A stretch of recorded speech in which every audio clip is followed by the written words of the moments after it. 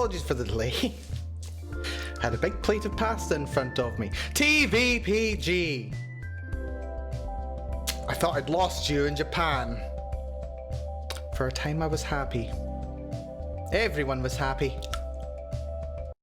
But apparently not. Nah. Good to have you back, TV. Hopefully you're doing good. Hopefully you enjoyed your trip. It certainly looks like it. Hello everyone. Welcome to this stream. Hopefully you're doing fantastically well. I am Melanie. And I'm good.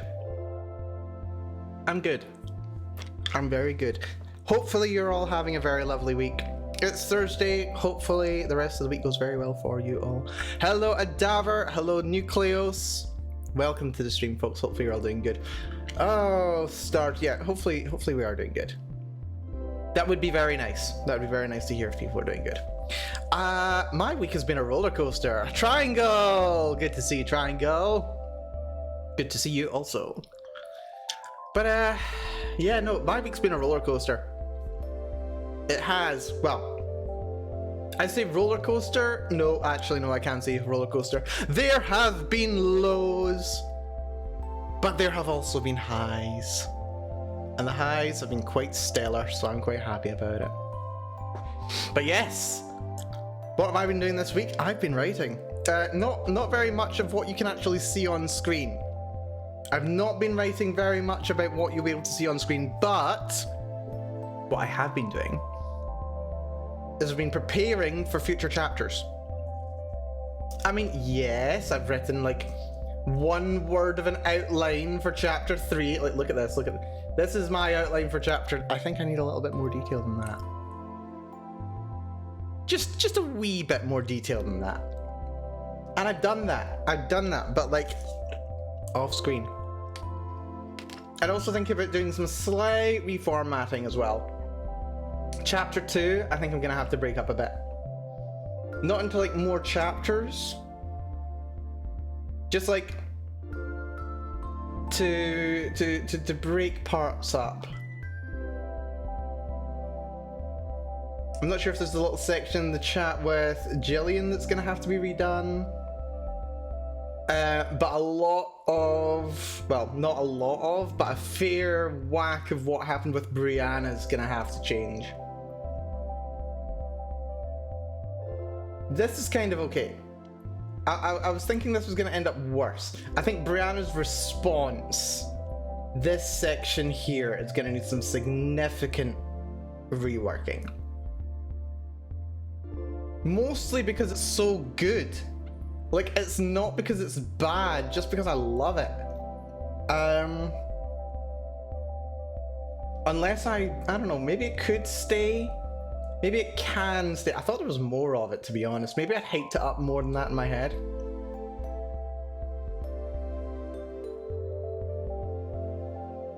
Maybe take away some of the emphasis. I don't know. It's gonna be a problem for editing, Mel. Yes, once again, I am passing the buck on to editing Mel. It has been too long. It has been too long since I caused problems for editing Mel. Actually, technically, I've never actually done anything to editing Mel. She's gotten off very lightly for the last year. So we're gonna have to solve that at some point. But yes, sorry, if you can hear chewing, by the way, I've got some Mentos. They're mint ones, they're nice. I don't think you can chew them. Well, hear them. I can chew them, you can't chew them. You may be able to hear them though. A little bit. But yeah. So today we're just gonna wrap up the very start of chapter 1. Or chapter 2 rather. I think all it needs is maybe 2-3 paragraphs tops. But I will definitely need to do some editing of it to make it work properly. But that's completely fine. I'm happy to do that. Right.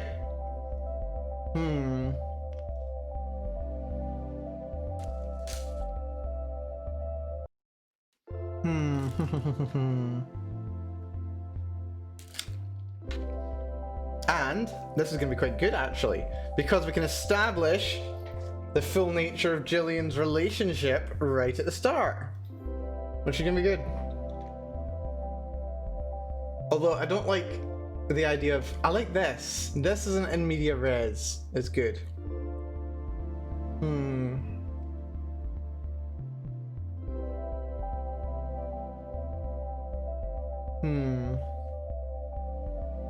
I'll put it here instead. We'll put it in here. It just needs to be a little note. So we'll remove that. Remove that there. Go down to here. Sorry, you can definitely hear the Mentos in my mouth.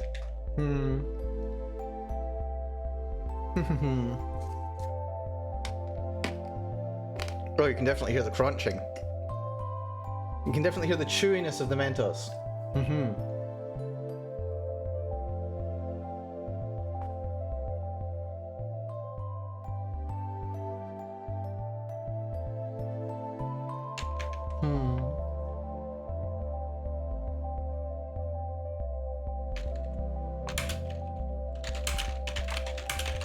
Just a quick little throwaway line, doesn't really matter.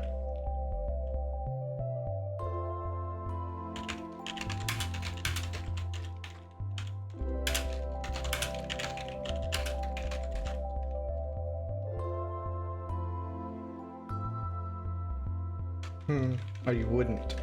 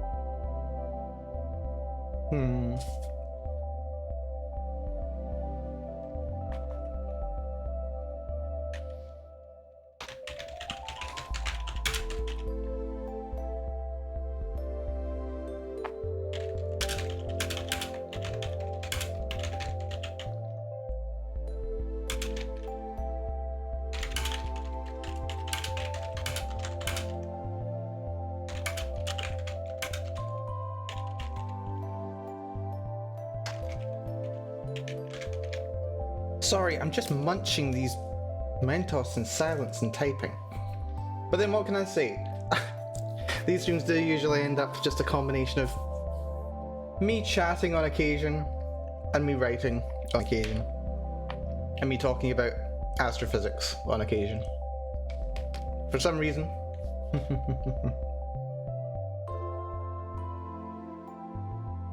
But I enjoy it. I really enjoy it. Like, it feels good to feel so productive, and also, you know, I've been doing this for nearly 2 months now. Very nearly. Well, it's certainly been a month and a half, and I think kind of a combination of just taking it so slow has let me like pace it out a little bit more, so I'm not like burning out. I am noting there's a small amount of frustration. I do want to get it finished sooner rather than later. And I'm frustrated that the process is taking a while. But by taking my time with it and letting it just work itself out, I don't know, I think I'm doing enough to keep it fresh and enough to still be looking forward to the next chapter. Which I think is very helpful. So I think I can keep it up. Seriously, if I don't manage to keep it up, call me out on it. If I ever go like 2 weeks without doing any writing, call me out on it. As soon as you see it not on my schedule, or if I cancel it, call me out on it. Okay, well. If I end up cancelling it, and it's not my schedule the week later, call me out on it. Then there'll be a problem.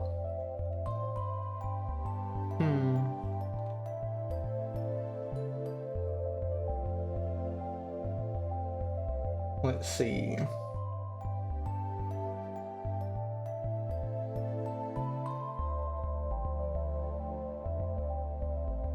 Clementine's drinking tea.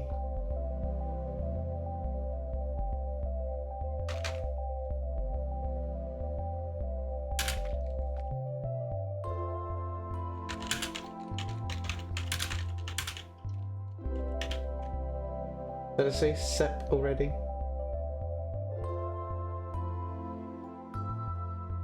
Yeah, she had a sip. That's fine.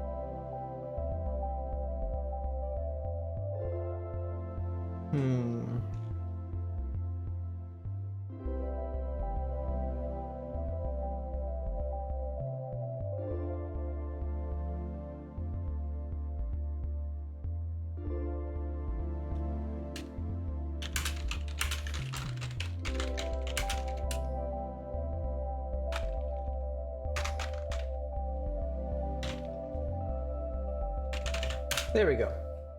So that should do for now. 2 little paragraphs, just to add some more context. Context and some more foreshadowing. But I think we could do with a little more foreshadowing. Just a little bit more. Let's remove this while we're here. This is an editing note, but it's fine. Well, it's not really an editing note, it's more of a... Oh. She's actually leaving the house. I think that she's actually leaving the house was for me, rather than a note for the story, so I don't mind removing that. And there's a little spot around lunchtime.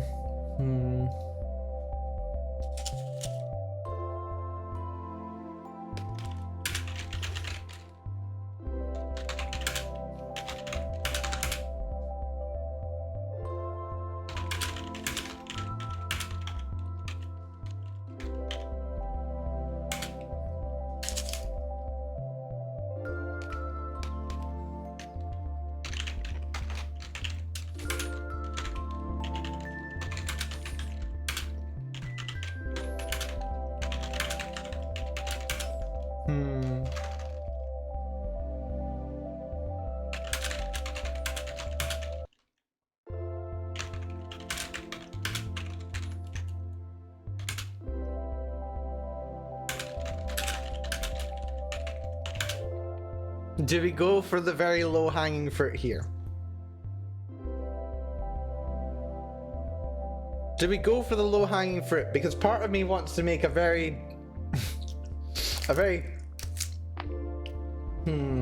I even describe it? Just a low-hanging fruit joke here. Idly, Clementine spent her lunchtime in her usual cafeteria, idly wondering what she'd be having for dinner that night, with her parents eating out. Oh dear.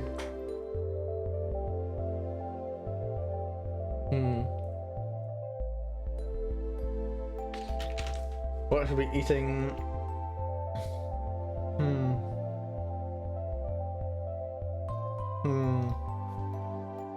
Or having.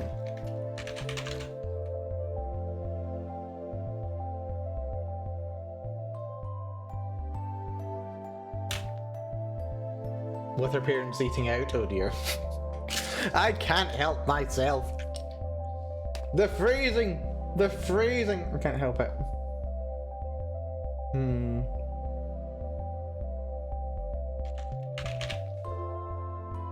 I can't help myself. After lunchtime, however, either Brianna had let her guard down or had gotten complacent with a full stomach. There we go. Those notes are far enough apart. I would like it if they were a bit further apart. But it does enough to like set it up at the start of the chapter. And then the middle of the chapter is all occupied with the banter between Brianna and Clementine. It might get a little too tender. I'm not sure. But I had too much fun writing it, and there's not really another spot where I can really put it in. Like, part of me wants to be writing this as if it's going to be a 3-act story. And then bam, Act 4. But still, I like it. I like it a lot.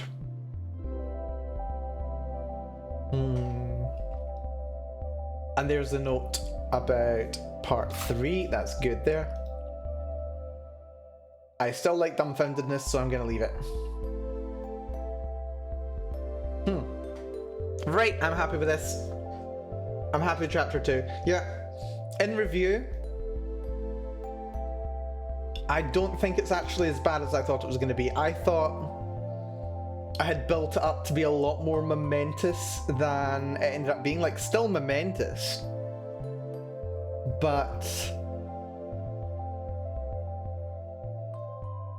not quite as overwhelmingly, climactically, or rather catastrophically momentous as I was worried it was. I'm only slightly setting myself up for a lot of effort to try and like top this. But I think I can, with the right context, with the right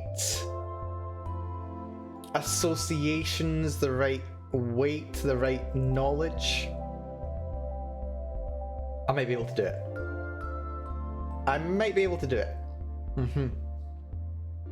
Right, I'm happy. I'm a happy Mel.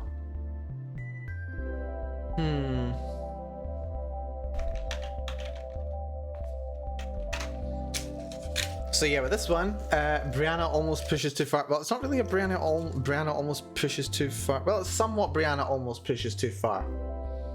Chapter 3. If a reviewer one sheet, actually, does the one sheet even have a note on this? It does slightly. The fruit, the bra. Yeah, oh god, the bra unclasping. Yeah, we're not done with the bra unclasping yet. It's happened in every chapter so far. Am I gonna make it a theme? Am I just gonna make the unclasping of the bra just the thing that happens in every chapter? I don't know. We'll have to find out. But yeah. I don't think I've got another outline. No, I don't really have an outline for 3. But yeah, okay. So, split into 3. 3 mini acts. There's gonna be 3 mini acts, as I like to do for every chapter. 5-act structure for the overall story. 3 acts for each chapter. So, there's gonna be Arrival, which is going to be Clementine. Although Clem might go for a nickname at some point. Who knows? Clementine. Let's see. Let's Brianna into her house.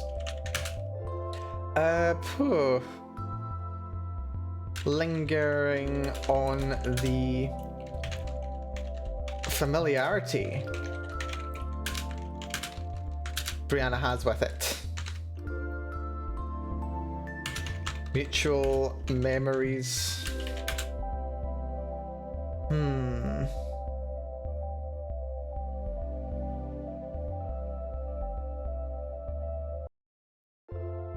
I'm not sure how I want to pad this.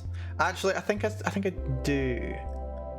I'm talking about padding because, like, again, I want every chapter to be like 3,000 words, but this is all going to be, unlike the previous chapters, like chapter 1 has 1, 2, 3, 4 clear sections, including the introductory flashback.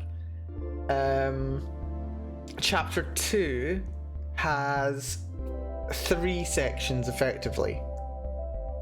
It's got the morning scene, it's got Clementine trying to approach Brianna and Brianna dodging her, and then it's got after she managed to initiate contact.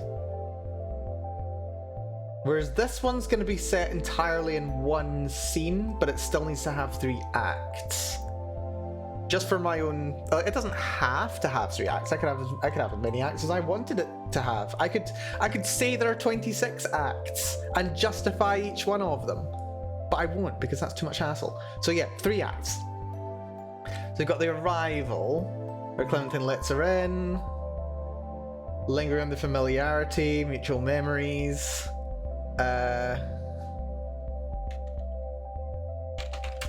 Asking about Clementine's family.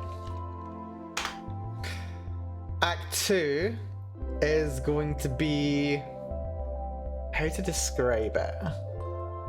Like,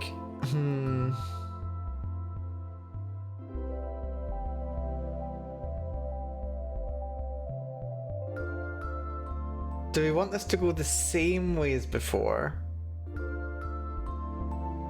Do you want to, like, I'm wary of just things being repetitive. I do want to turn things on their head a little. Just a little bit. I kind of do. Part of me feels like this is too obvious. Part of me feels like it's too obvious. Part of me wants to break it a little.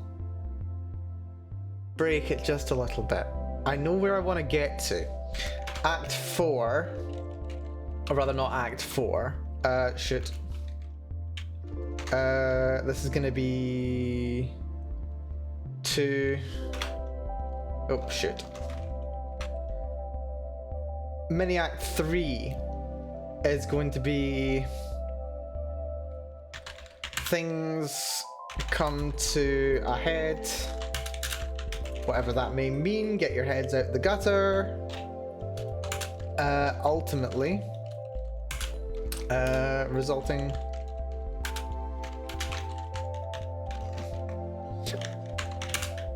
in Brianna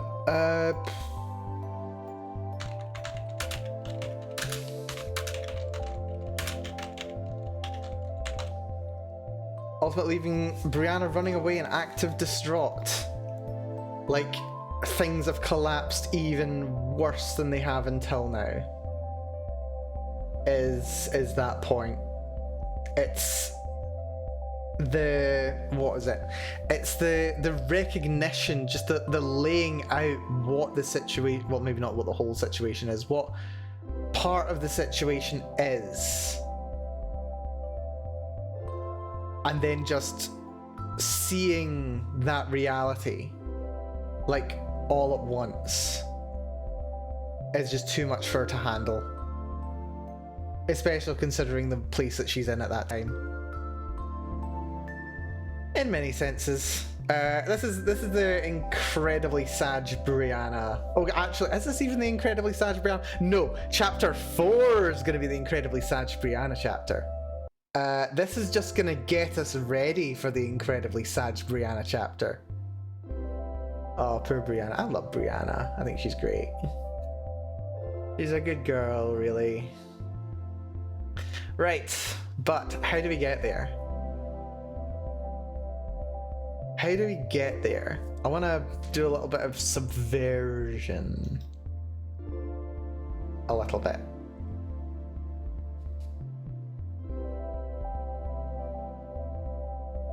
Just a little bit. This feels too, like, it feels like what I want to avoid doing. I want to avoid starting chill, starting low, and then do the slow building of tension throughout the chapter, because like I've done that both chapters so far. Chapter 1 was all about the slow build of tension. Chapter 2, even more building of tension. And it always escalates the same way. It starts out with them trying to talk, and then it gets to them being heated, and then it goes to much more intimate. And I don't want to just do that for 3 chapters in a row. At this point, I want to turn it on its head. A little.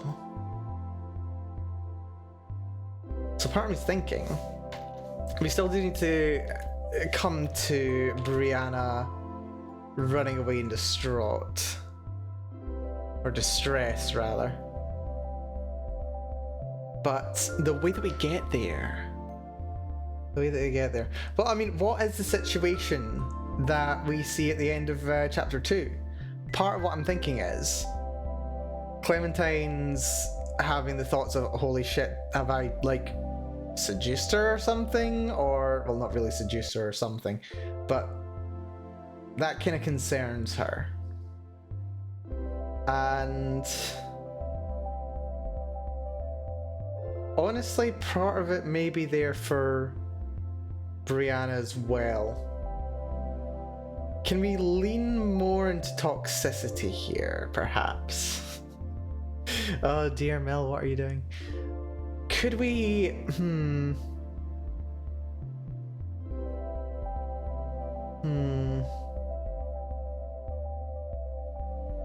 I'm wondering. I've got like 3 potential avenues. Number 1, we just do what we've been doing so far with the slow escalation. Number 2,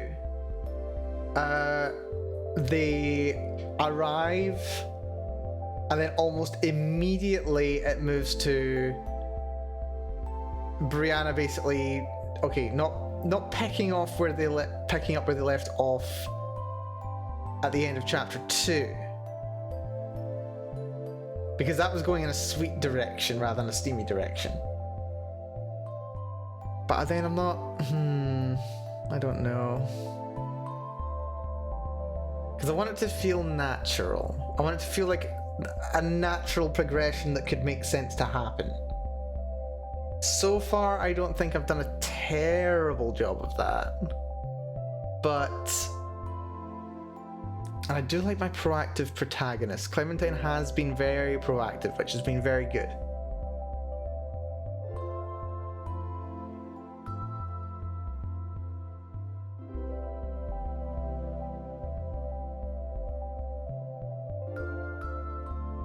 Where does the crisis come?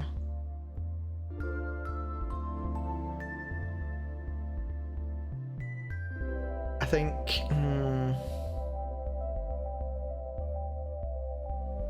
I don't know.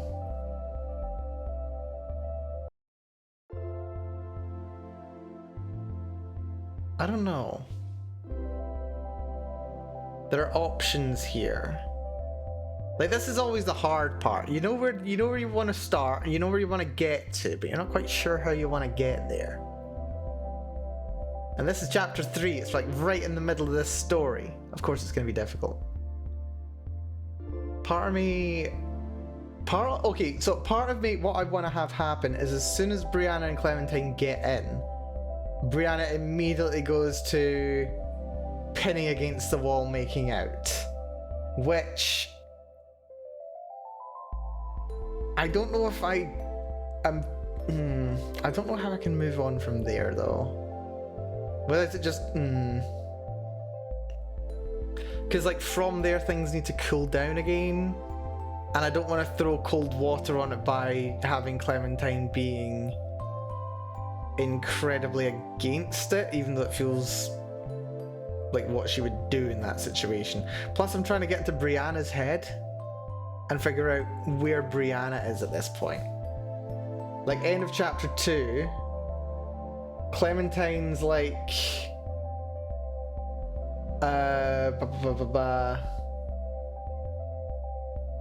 just kind of overwhelmed with where they were going.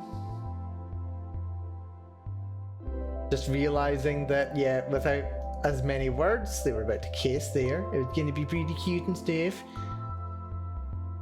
And then she goes and invites Brianna over. and her head has just been spinning with the implications of it. But then she feels bad about it, so I don't think she'd immediately go to kissing Brianna. And I don't know that Brianna would just immediately go to kissing her either, so I'm not comfortable with that. Where are they just before they get interrupted? Yeah, they're just about to make out. Or kiss, rather, not quite make out at that point. That beautiful moment, and then it's like the awkward mundanity. Like, do I want to do the awkward mundanity, or...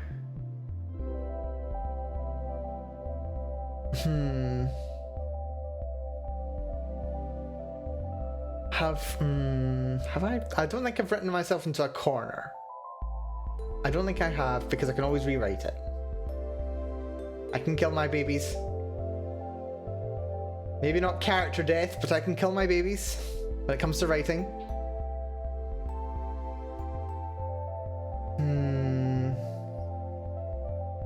What I know I can write is the slow building tension again.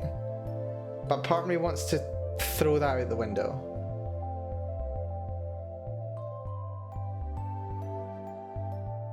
I don't have to completely invert it though.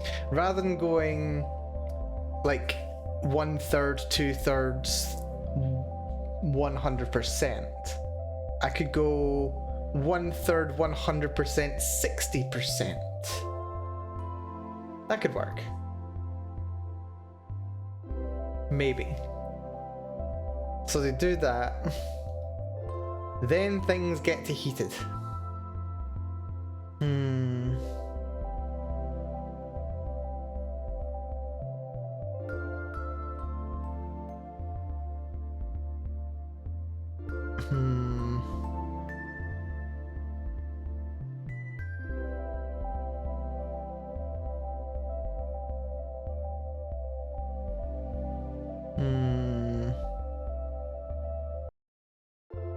Maybe yes. I think I can do that.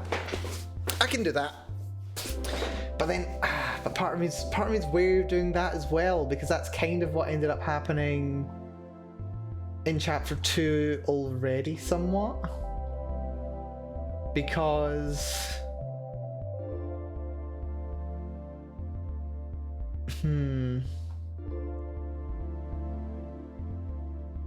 no, actually no, they went to very sad quite quickly. There was banter, and then the Bran hooking, and that just deflated all the tension. And then it was sad. And then it built back up to joking again. And that got the ball rolling more. And...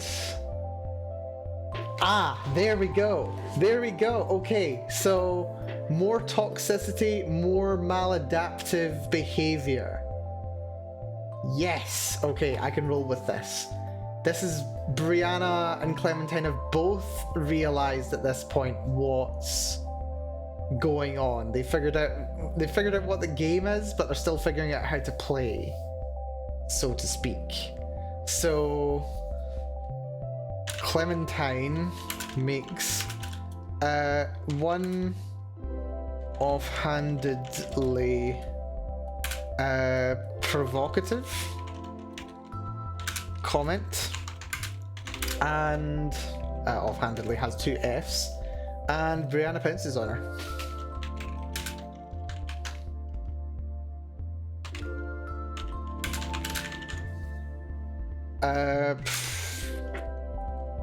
At this point,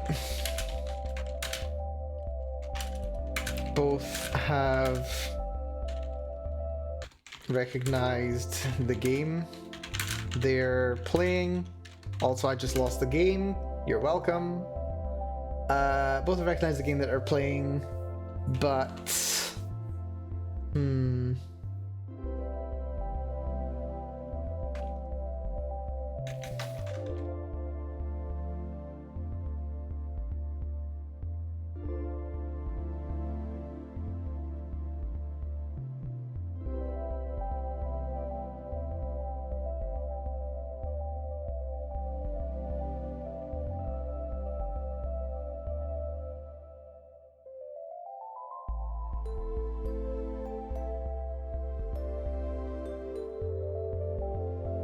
How long have I been muted?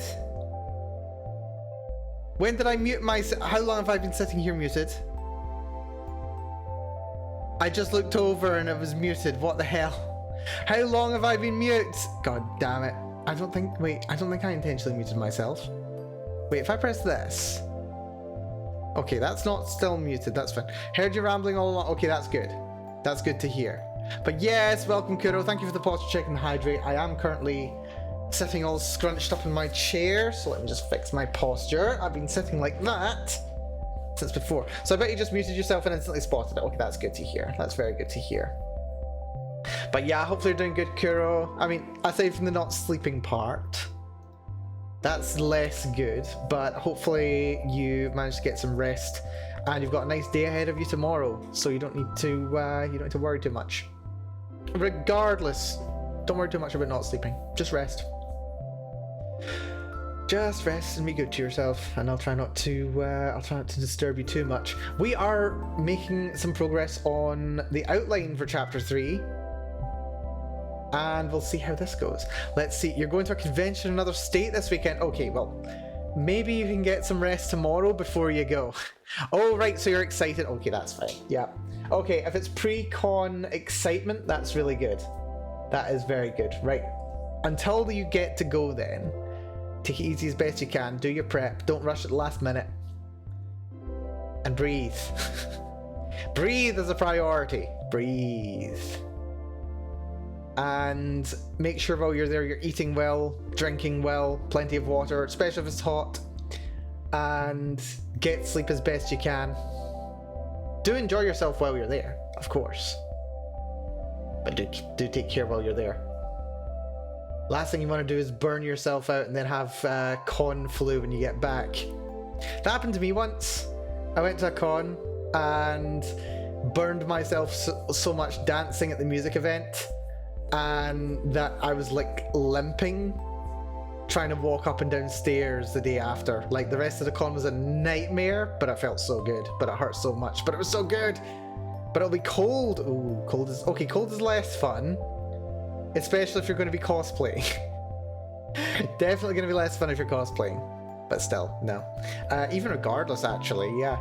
Make sure you're warm enough. Also very important. Nope. Okay, that's fine. Yep. Just make sure you're warm enough then. Make sure you're warm, you got food, you got water, and you rest as best you can. But yeah, hopefully you have fun. Right. So, Clinton makes one offhandedly provocative comment. Brianna pounces over, still figuring out how to play.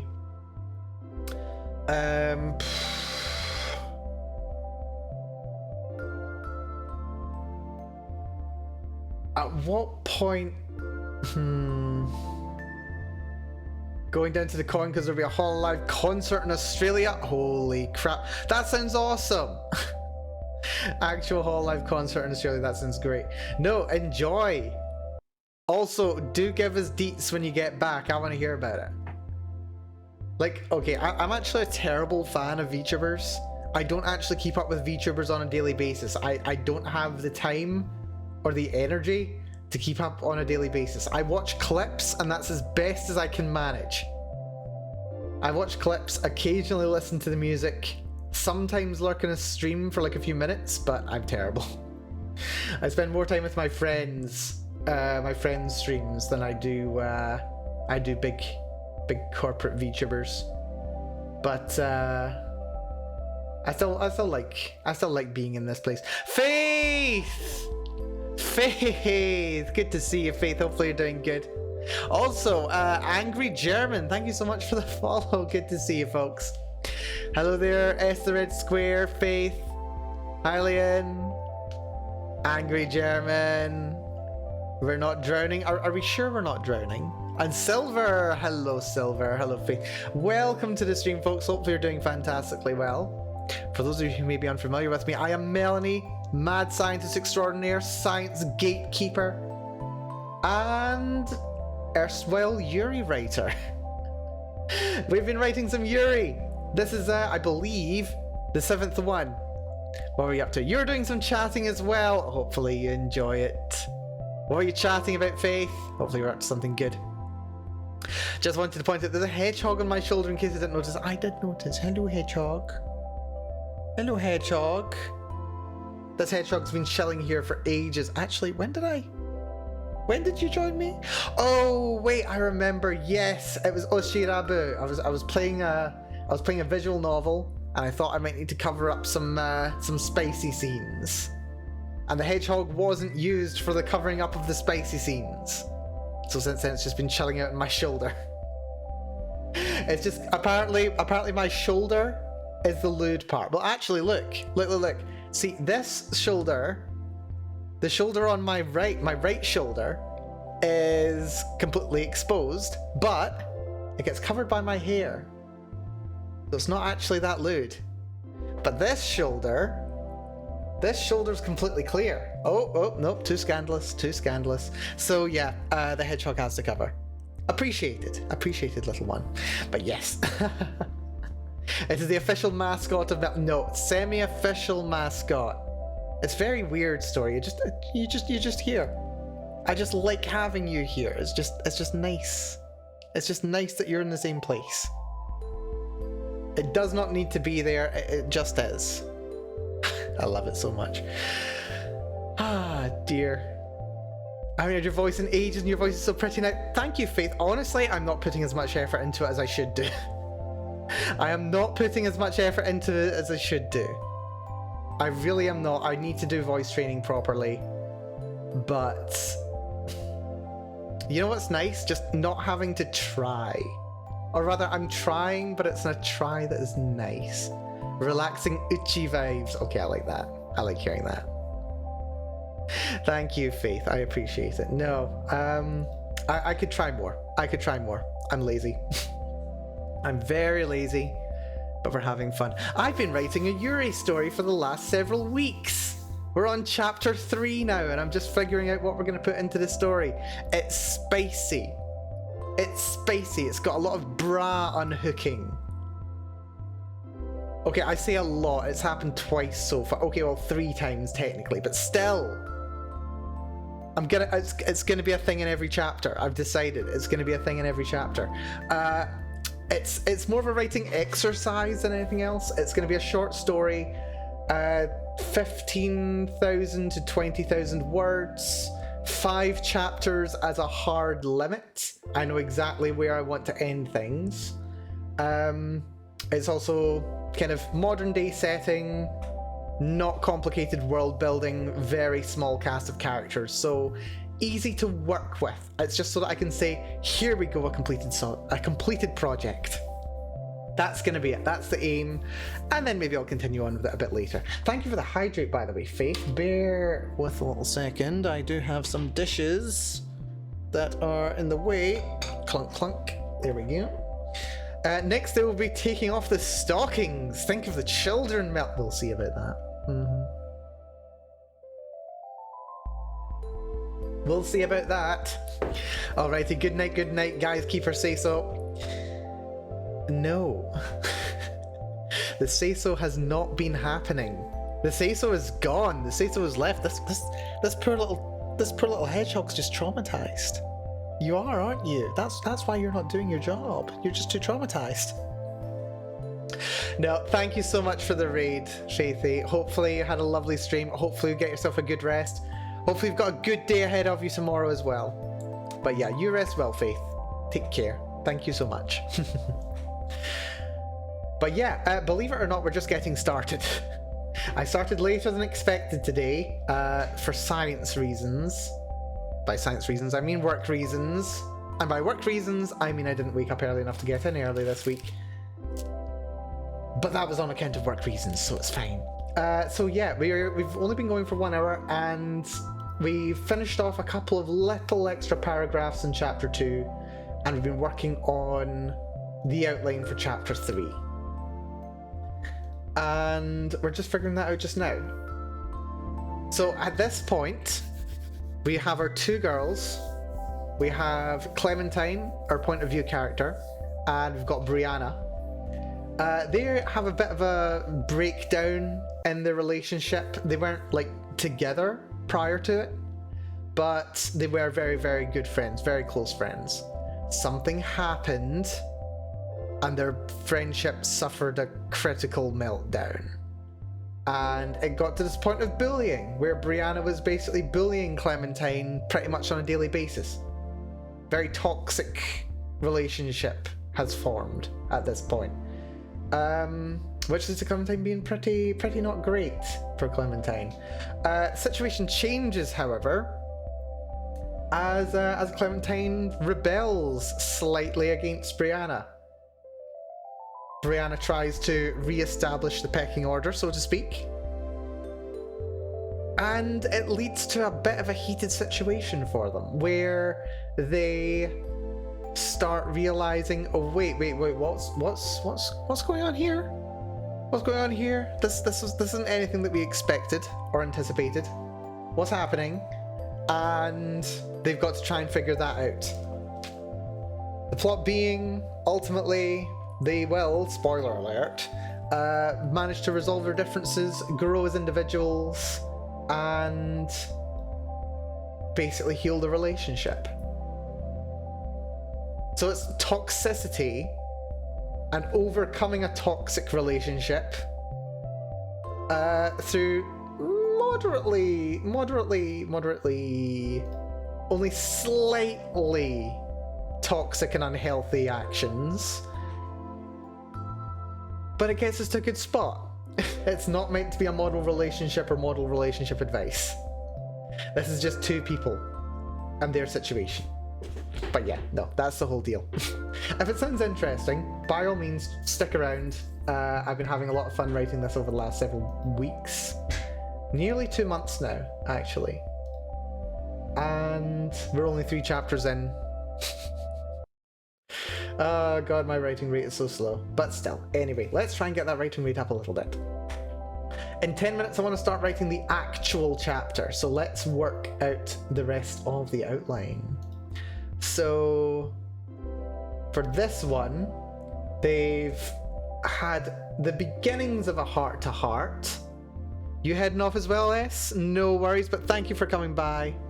Do appreciate it. Or are you saying goodnight to Faith? You may be saying goodnight to Faith. Either way, thank you for dropping by, is appreciated.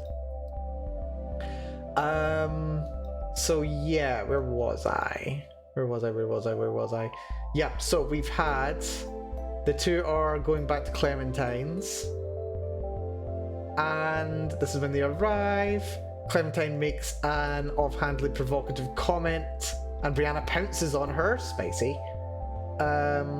They both recognise that they're playing this game of Clementine says something provocative, and then Brianna is able to get past... Well, Clementine says something provocative, not violently, but like sexually provocative, somewhat.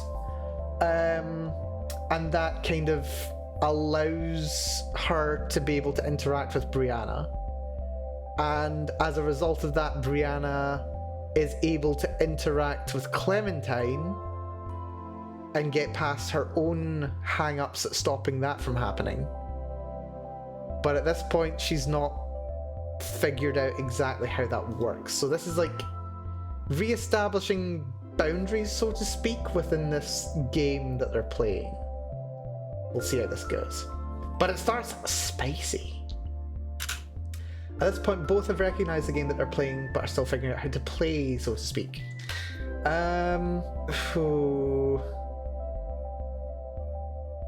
Things get... Oh, that is not how you spell... or you capitalize things. Things get heated very quickly.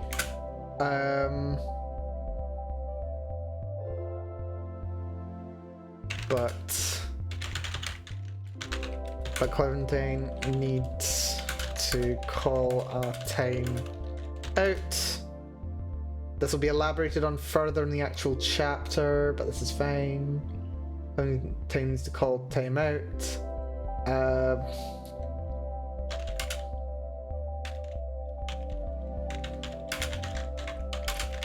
Some awkwardness around that. They start talking. And then through the talking, things come to a head resulting in Brianna running away and active distraught. Well, okay, rather than active distraught. How about just distress? Distress is better. Right, so that works. Let's have a little look at the chapter 2 outline. So we've got acts for chapter 2. Yeah, we did 3-act structure there. And triangle. I am unfortunately unable to read Cyrillic. But you're all right. Keyboard betrayed me. Nah, don't worry about it. Don't worry about it. I've always wanted to actually, like, okay, maybe not learn how to read Russian, but be able to parse what Cyrillic sounds are like. It's like an odd combination between like Latin and Greek somewhat. But yeah, no one's able to read this. It's gibberish. Interesting. Oh, right. So, right. So you're just typing with the Cyrillic keyboard rather than the Latin keyboard. Yeah. Fair enough. Fair enough. I've done that before myself, actually. Typing in the wrong layer. Yep. So that's that. I can't even tell what you're trying to say there. Let's hear it. So yeah, Clementine's gonna realize she wants to approach, avoiding, yeah, that's more outline stuff. Then the notes about how Clementine would try to interact with Brianna, because that was a concern.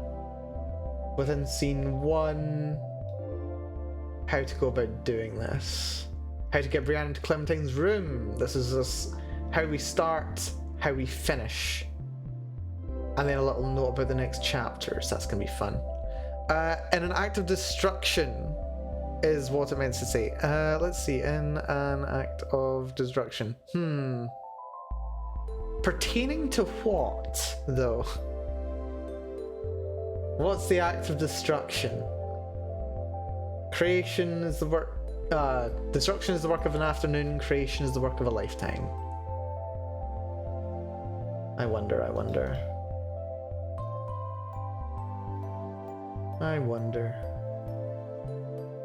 Right, I don't think I've actually got as many concerns with where I want to start and where I want to finish that chapter 2 had. Because chapter 2 is really just about figuring out how does Clementine manage to reach Brianna? And then how do I get her into the next chapter? That was the real challenge there. And I found a justification for it. But chapter 3, yeah, chapter 3 I'm not as concerned. Pushes too far for herself is an important distinction to be making here. We're doing one point of view character, Clementine, but we're exploring the mentality of 2 characters at the same time, which I'm having a lot of fun with, actually. Just the what's it called? Yeah, I kind of realized while thinking about where I wanted to publish this, what the themes or the genres would end up being. And I kind of realized this is strangely a psychological story. I think just because so much time is spent inside Clementine's head and trying to figure out what's quite going on in Brianna's head as well, I think I can make an argument that it's a psychological story. I think I can. Chapter 3. This is Climax. But we'll call it Climax because why not? It's not going to be the actual name, but it works. I like it. I like it as a whip. Not that kind of whip. Different kind of whip. Right. Right. So, arrival. Not a rival. Arrival.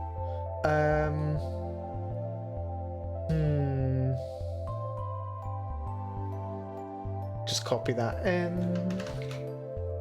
Then I'll have the line break.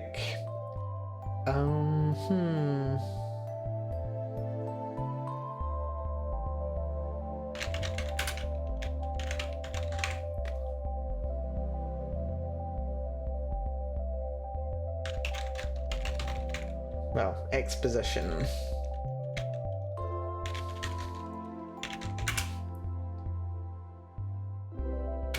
And then this is going to be...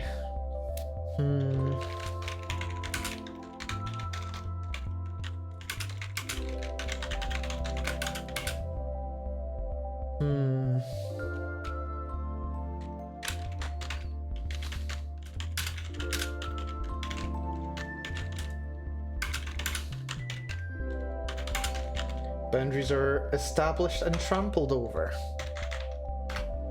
I think that can work. Yeah, that's an interesting direction I can go here. Where both of them trample over each other's boundaries to an extent. Again, we're writing Toxic Yuri, we get to do that. Climax. This is...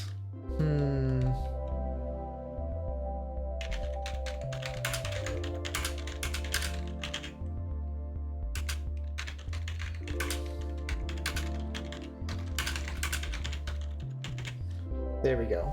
That should do, certainly for now.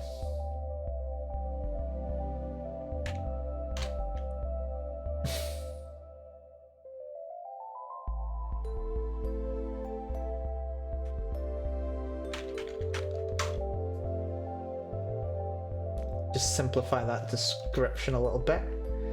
Arrival! Let's get started, shall we? We have been here for 1 hour, we have planned the chapter, we know what's going to be included. I just need 1,000 words for each act, and we'll probably go considerably over. Yeah, God, the last writing stream that we did when we finished off chapter 2, that was a 4.5 hour long writing session. I planned for 3. I planned for 3 hours. And also I had to wake up early that day. The next day, rather. I cut into my sleep time. The things I do for love of Yuri. Right. Exposition. Also, we should very quickly just put those in parentheses. Lovely. So.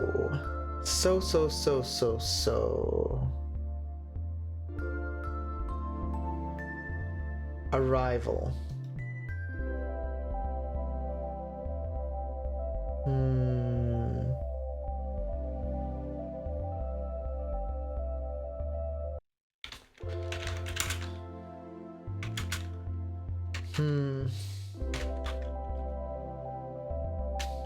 Good place to start, I suppose.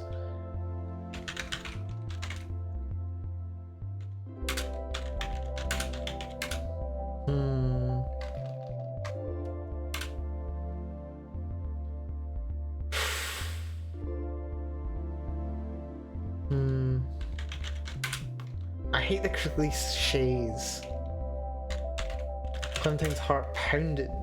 Yeah, it's just so commonly used term. The heart pounded. No, I don't want to do that.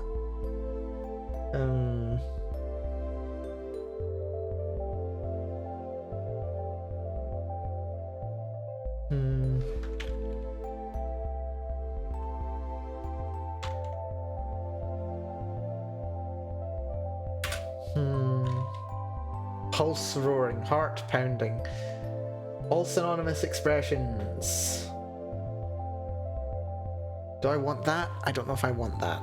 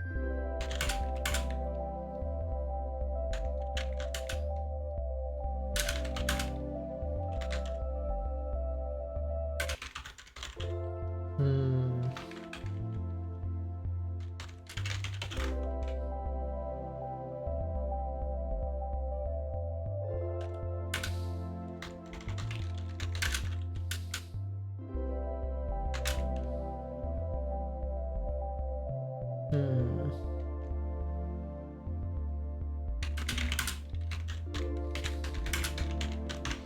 Now there's a little note. Was there a scent associated with not with Clementine, with...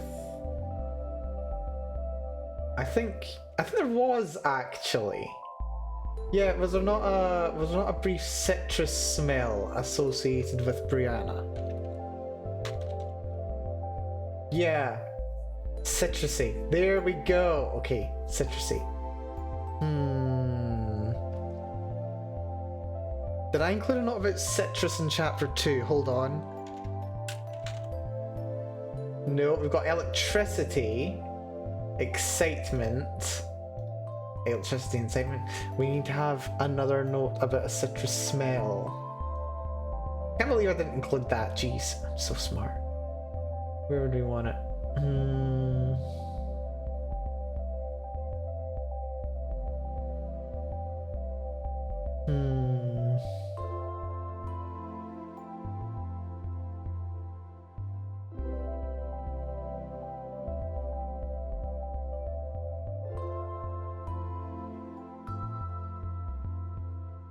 Oh man, I just love this section. I really do.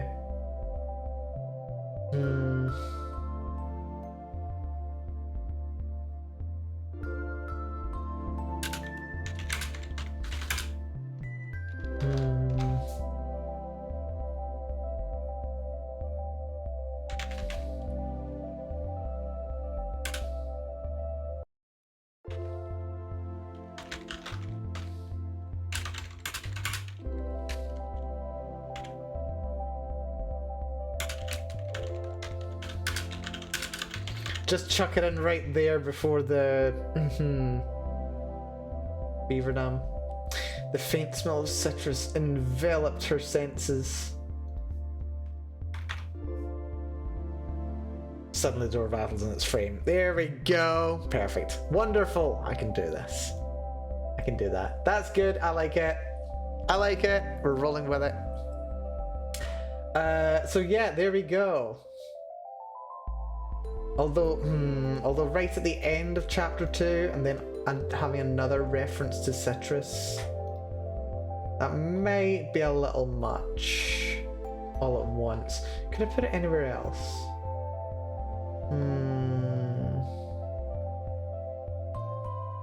It needs to be with the senses.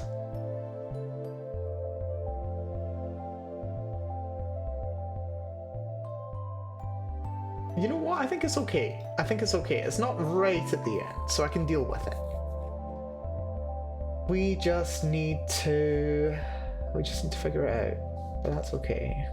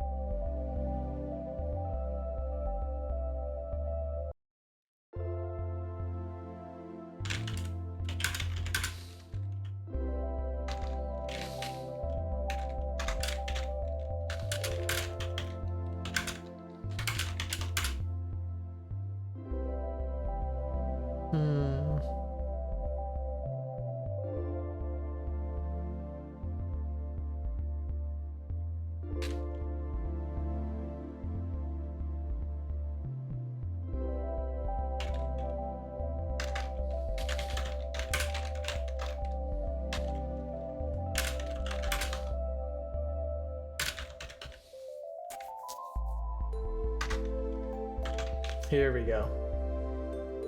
Something flushed as she caught a trace of that sharp citrus scent. Not scent, S-C-E-N-T. Scent on her.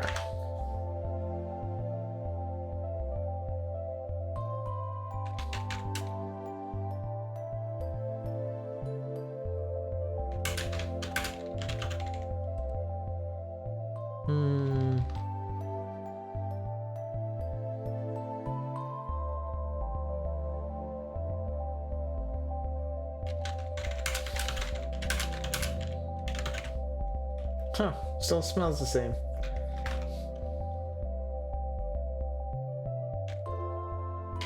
Whoa, what?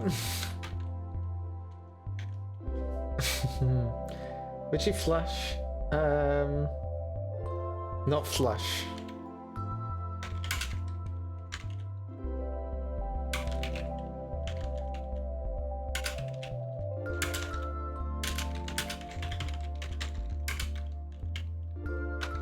There we go. Something's mind wandered back to the classroom as she caught a trace of that sharp citrus. Soft citrus scent on her. Huh, smells the same. Well, what? This is where Clementine can flush.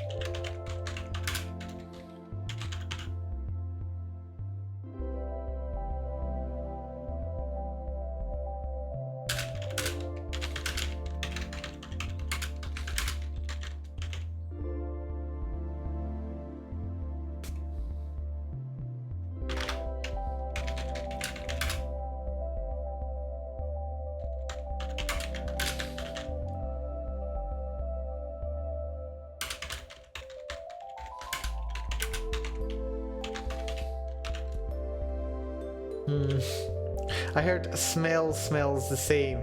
I was genuinely confused. No. No, that's just my pronunciation. Huh. It still smells the same. It still smells the same. Yeah, just the way that I pronounce still. Still smell. Still smell. Still smell. Still smell. Still smell. Yeah. Accents are so fun.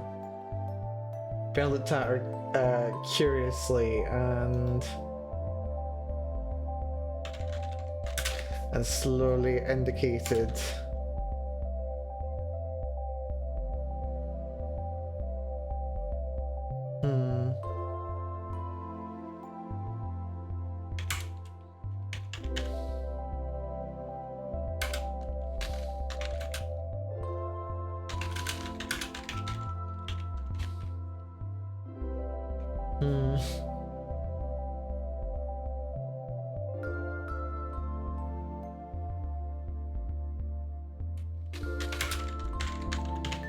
a vase of lilies sitting in the hallway. Oh, there's a lovely memory right there. Just got memories of a much beloved family friend who's sadly not with us anymore. Whenever we went to visit, she would always have a big vase full of huge lilies sitting in the living room, and the smell was so heady, and oh, it was just lovely. Just lovely. Lovely person, lovely family, lovely friends, and just that lovely memory of it. Although I've had lilies in other situations, it just reminds me of that. It's nice. It is nice.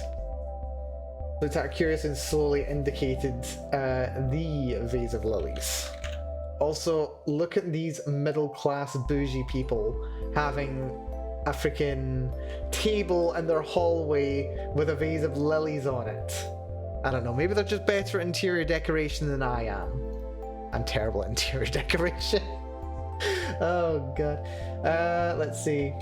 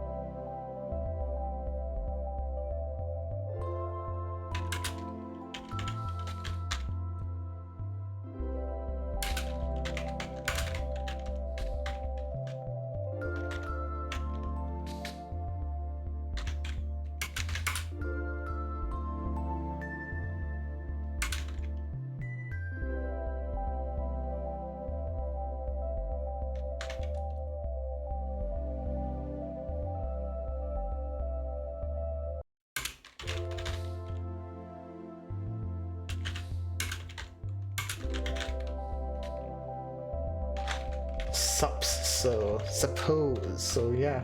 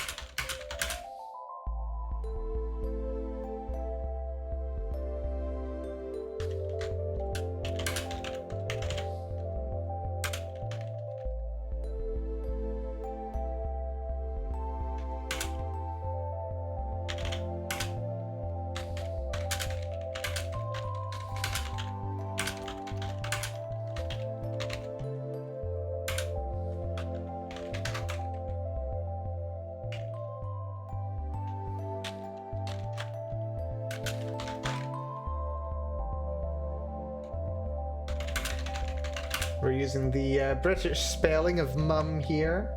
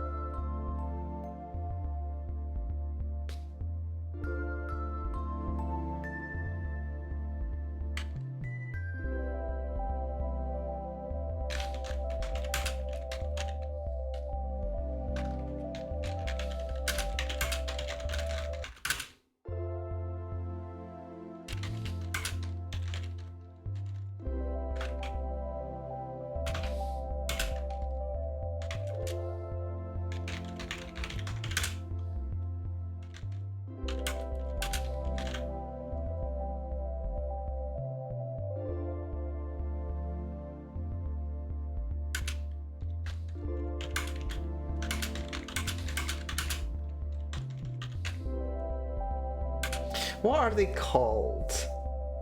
What are the little pollen pod things of a lily?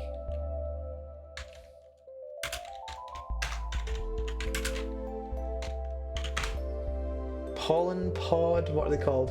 Flower anthers they're called. And apparently if you remove the pollen source, it inhibits pollination and lengthens the flowering duration. Ooh, that's good to know. Okay, mental note, if I ever get lilies, and I bloody better get lilies at some point, I swear. Remove those.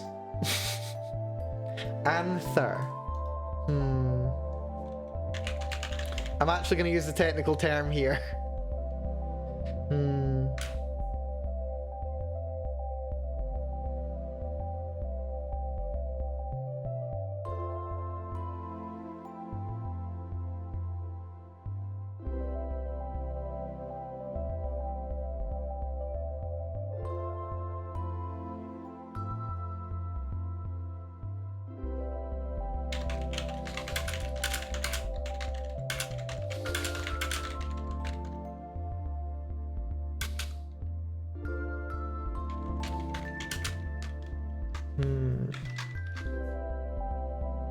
Wondering if the girl lost in thought.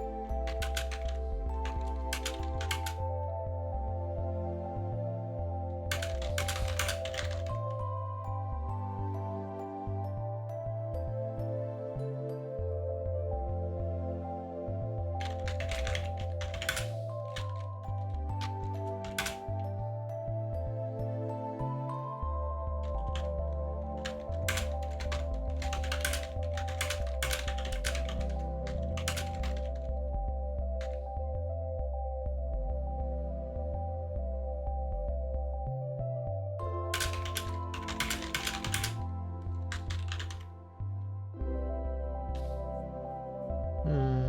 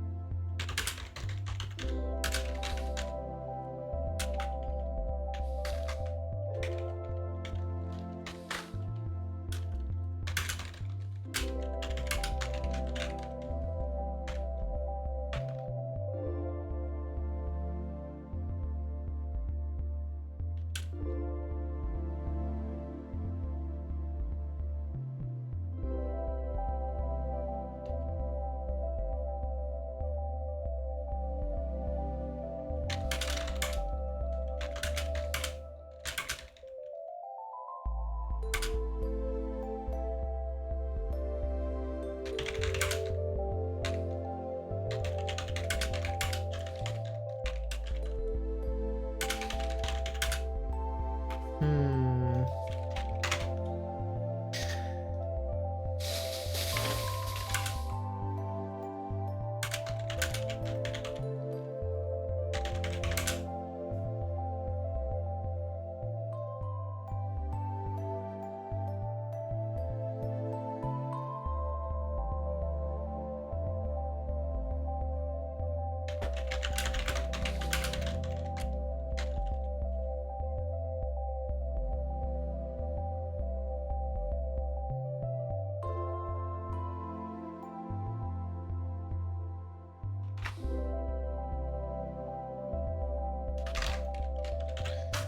Clementine followed.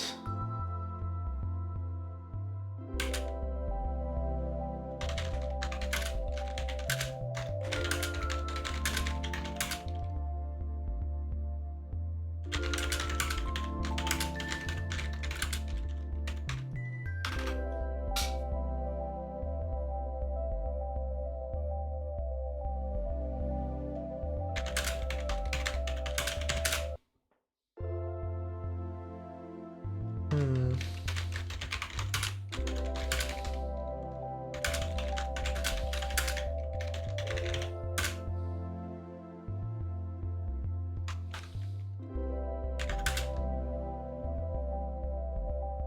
Hmm.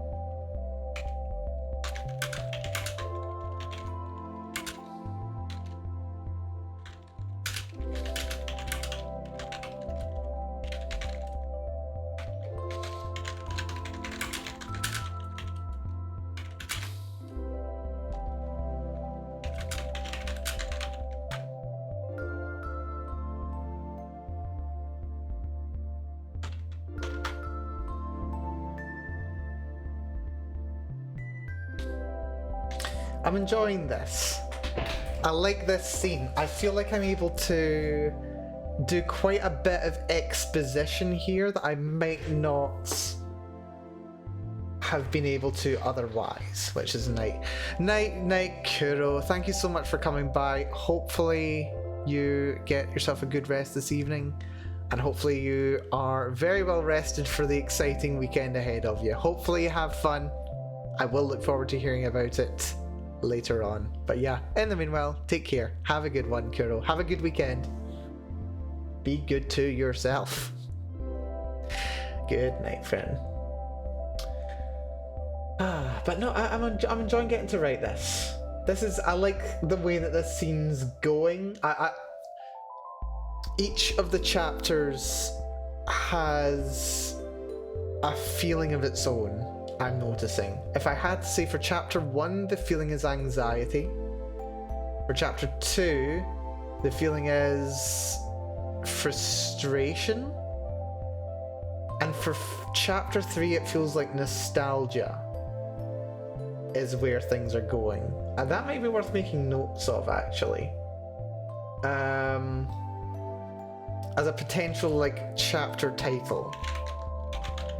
Anxiety. Frustration.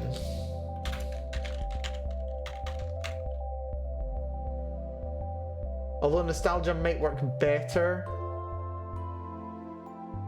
as one for this. Also, I can get rid of that scene there.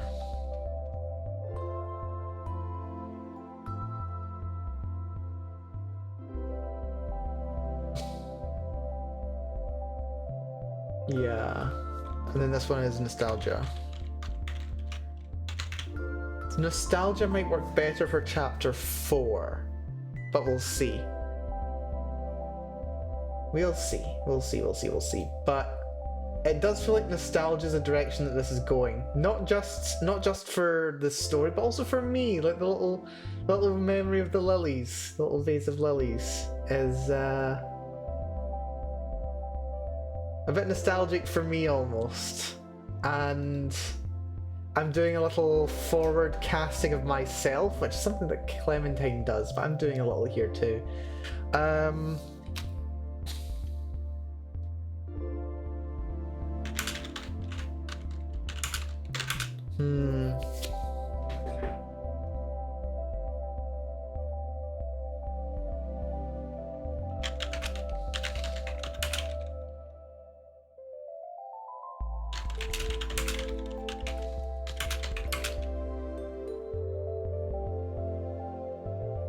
Apologies, had to sneeze. A picture of Clementine with her parents on, as a toddler, with her parents on either side.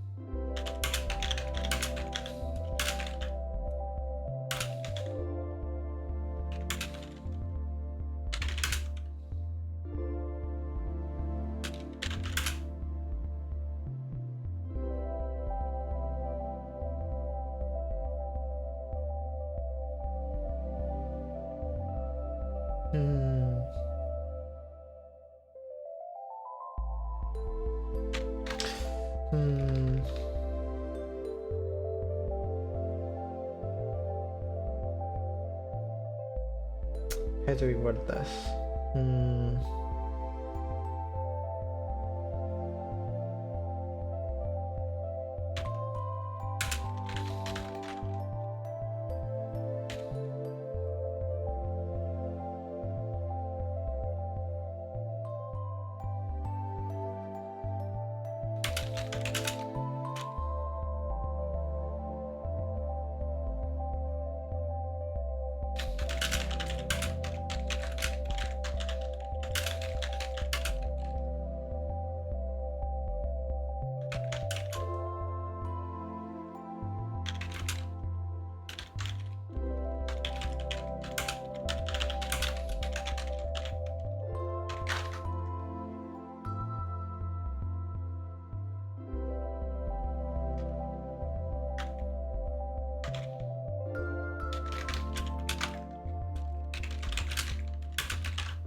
I'm feeling emotional writing this, actually. I'm feeling amazingly emotional.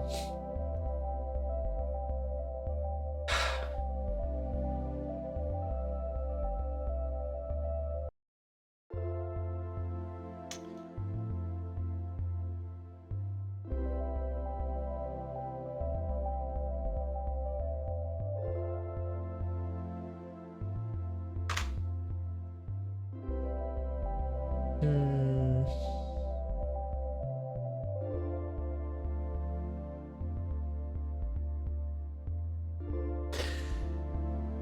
Ah. Well, there has to be 3 pictures, doesn't there? And I know what the last one's gonna be.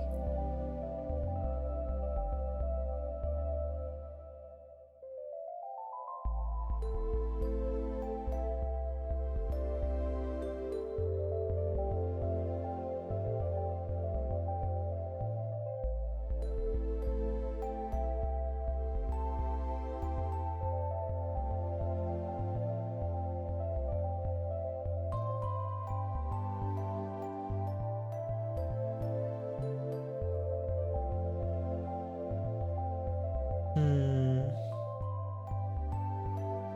I know what number 3 is gonna be.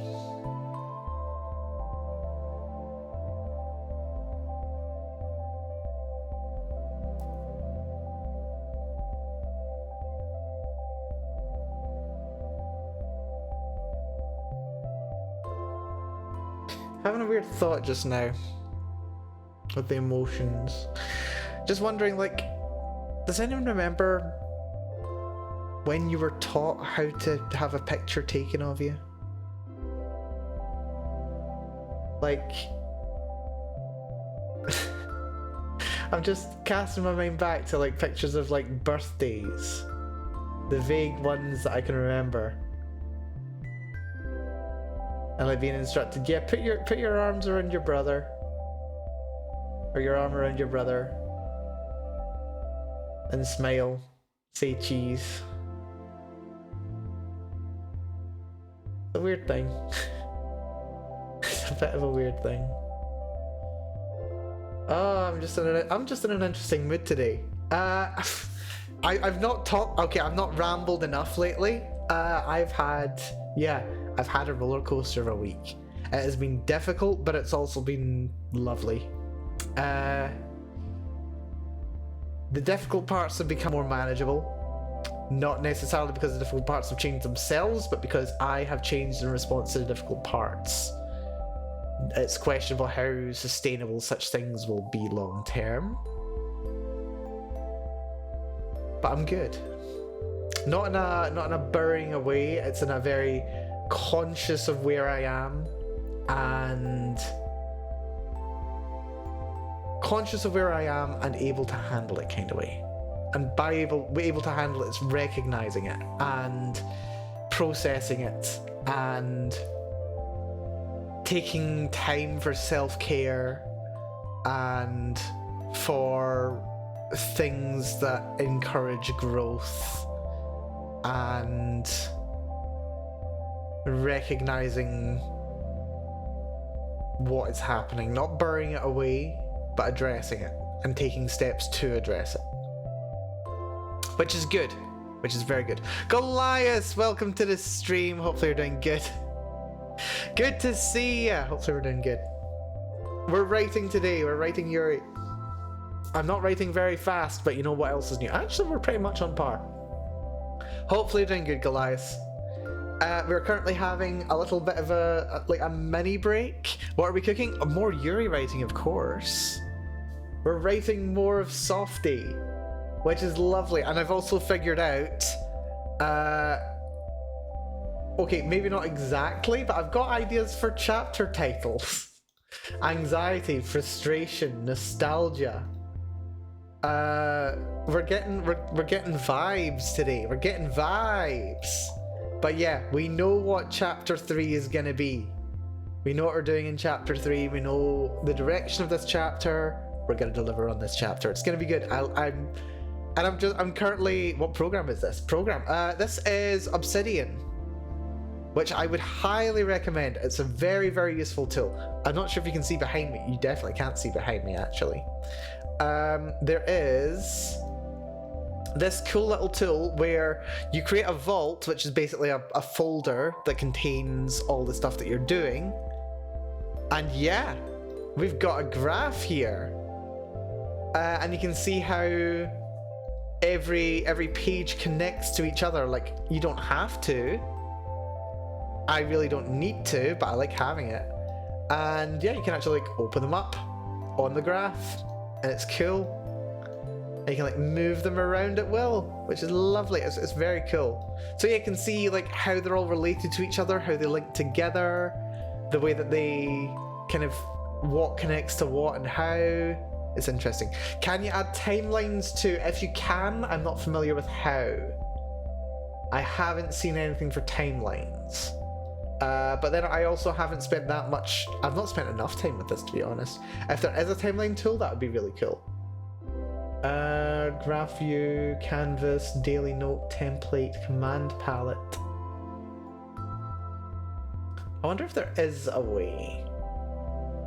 I don't know if there is. It doesn't seem the most likely, sadly. It's mostly like for Markdown, but it also feels like that might be a very good thing to have. There's a plugin, of course it's a plugin. Right, okay, that's good. Yeah. Oh, plugins. Oh, plugins. There's audio notes. Are you kidding me? That's awesome. Audio notes. You can convert Markdown from other apps to Obsidian format. Properties. Publish. Host your notes online as a website, wiki, or documentation. Ooh. Random notes.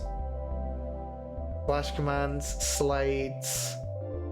Create a presentation by using dashes to separate slides. Wow. Synchronize your files to Obsidian Sync. This is okay. There's a lot more here. There's a lot more here than I had realized. I'm impressed. Okay, I'll have to dip into that at some point because timelines, Goliath, I can have a lot of fun with timelines. But yeah, no, we've just gone off on a very slight tangent just now. I'm just getting oddly nostalgic. What was I talking about just before you arrived, Goliath? Oh yeah, no, my week. Yeah, no. Dear. Yeah, no, the hard part of this week has been recognizing when I'm struggling and realizing what I need to do to stop struggling, either in the moment to rebalance and recenter myself, and then long term how to avoid that situation from coming up through a combination of how I respond to situations and whether I need to be in those situations in the first place. The highs, they come from, of course, what we're all here for, really. Media on the internet. It's been wonderful. Yeah. This week, I finally got around to actually watching Hell of a Boss. Because I watched Hazbin Hotel. I remember watching the trailer for Hazbin, not the trailer, the pilot for Hazbin Hotel years ago, like shortly after it came out. Thought it was fantastic.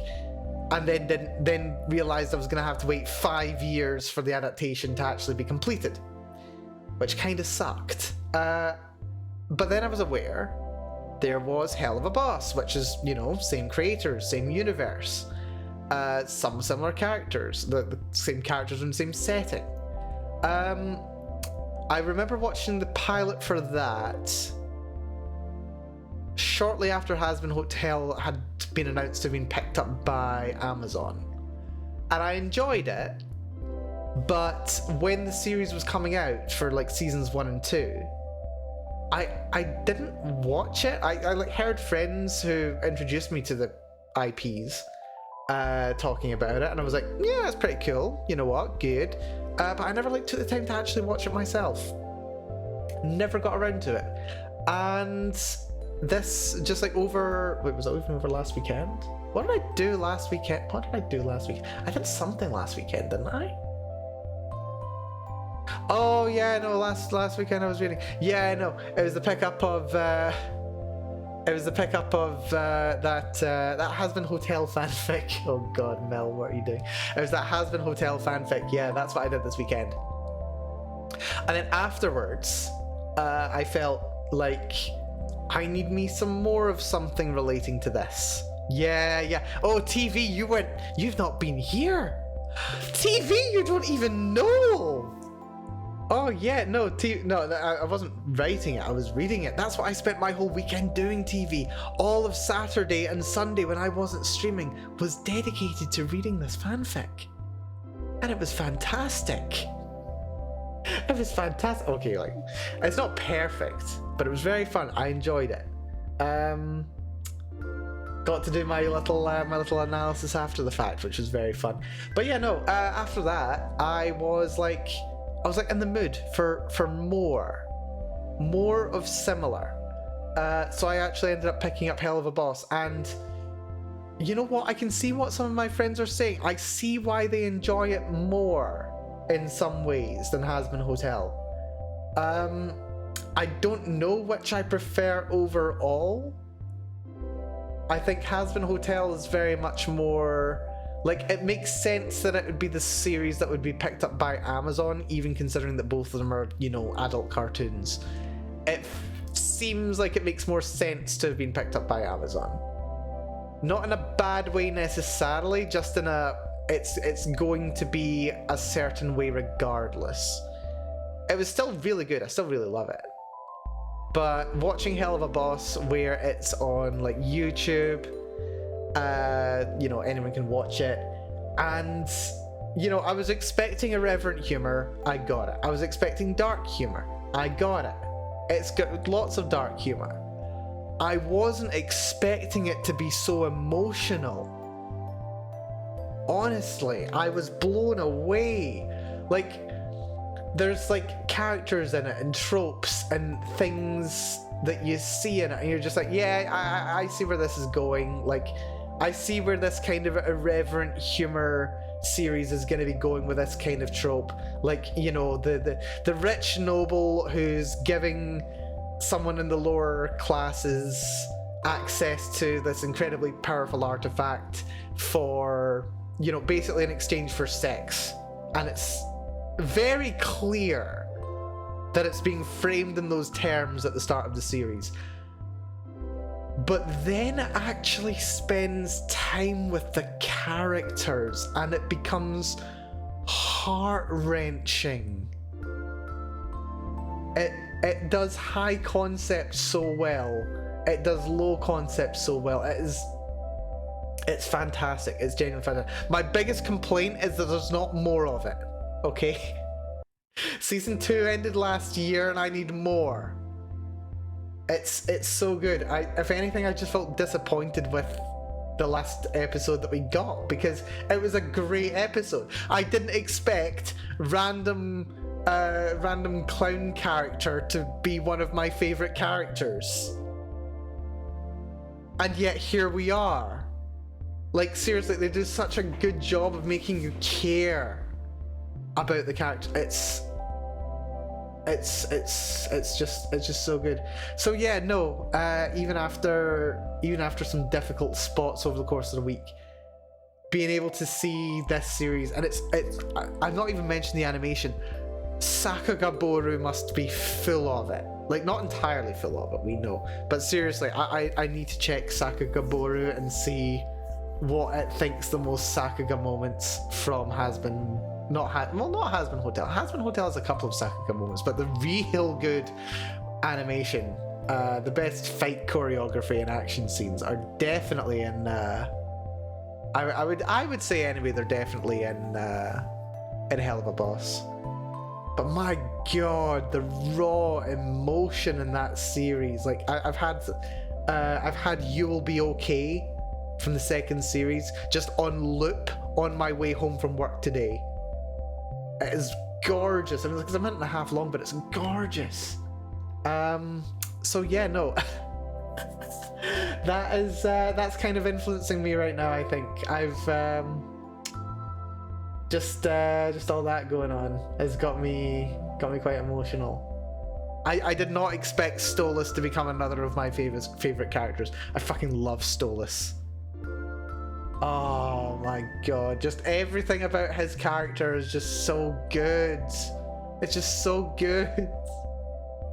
Oh, I freaking love Stolas. He's just the best. Oh, I can't even put it in words. No, love it. Love Stolas. Stolas is the best. And it's just funny. It's just funny and dumb and dark and hilarious and it's just so good. No, anyway, it's been one of the highs for me this week. I'm very glad I got around to watching it. Took me a while, honestly. I feel like I'm in the spot now where I can actually appreciate it to the level that I need to. It's there for me now because I'm ready to watch it now, kind of thing, which is a nice thing. But yeah, no, would recommend. If it's your kind of thing, I would really recommend.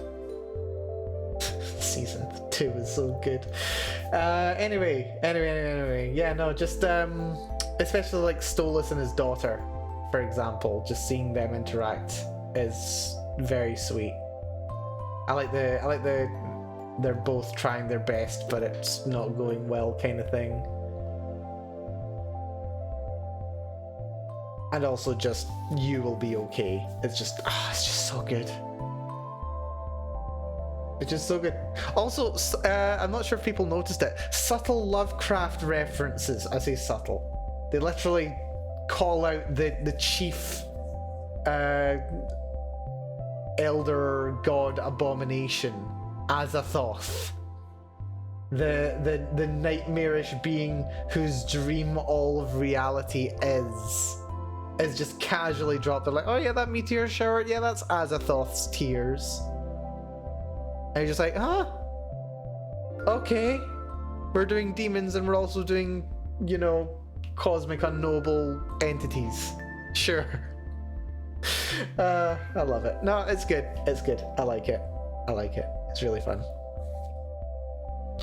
Anyway, where was I? I was writing. Oh yes, I'm writing lovely little character moments. They're walking up the stairs and looking at family photos of Clementine. Clementine is a toddler with her parents on either side. Her mother sat with her broad, confident smile, holding both of Clementine's hands, while her mama, with her much shorter hair and a sweetly awkward smile, had her arms around both of them. I love that image so much. I just invented it, but I love it. We need one of Clementine a little older, so probably like in school, like primary school. Maybe around 10ish or something, plus or minus 2 years.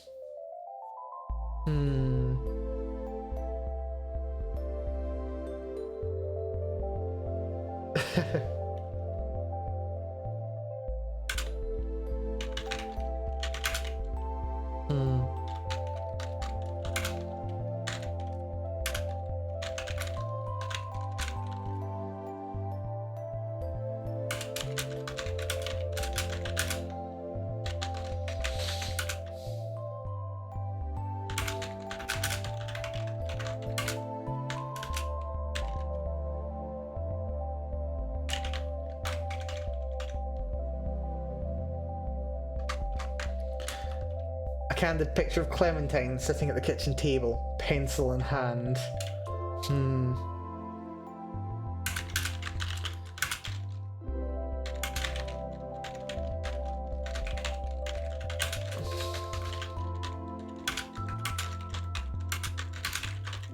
a sheet of half-finished homework in front of her.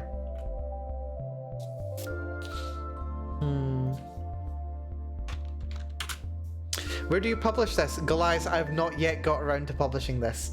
When I do, it will be on AO3 and it will be on Royal Road when I get around to it. I have both of the tabs for uploading them open right now. They are open right now on my PC. I just haven't got around to actually publishing it. I need to do it. I need to do it. Part of me wants to no Scribble Hub. Not Scribble Hub yet, but I could potentially look at doing Scribble Hub. I'll you know what? I'll add it to the list of places to check. Let's see. Scribble Hub. Home of original stories. Oh, that might work a little bit better for me, potentially. Actually, no, it seems somewhat familiar. I like this one. I like this one that I've just looked at. Tomboy Island on Scribble Hub. Oh dear. Yeah, no, I don't know. I'll have a look at it. I'll definitely have a look at it. A friend of mine publishes on Scribble Hub and told me to join.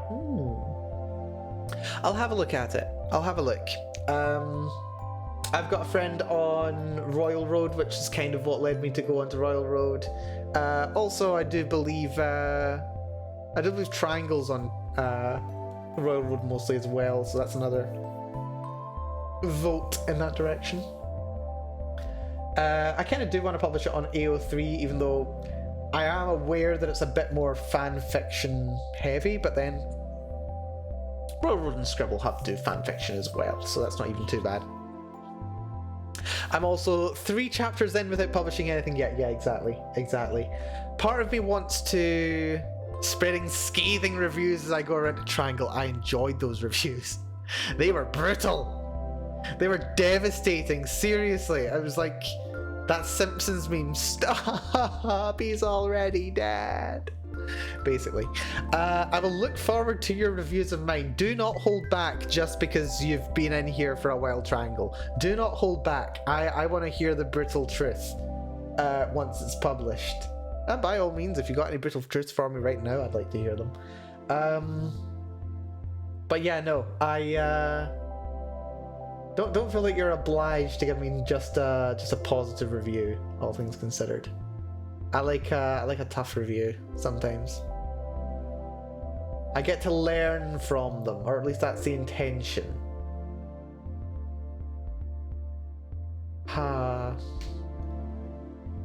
Right.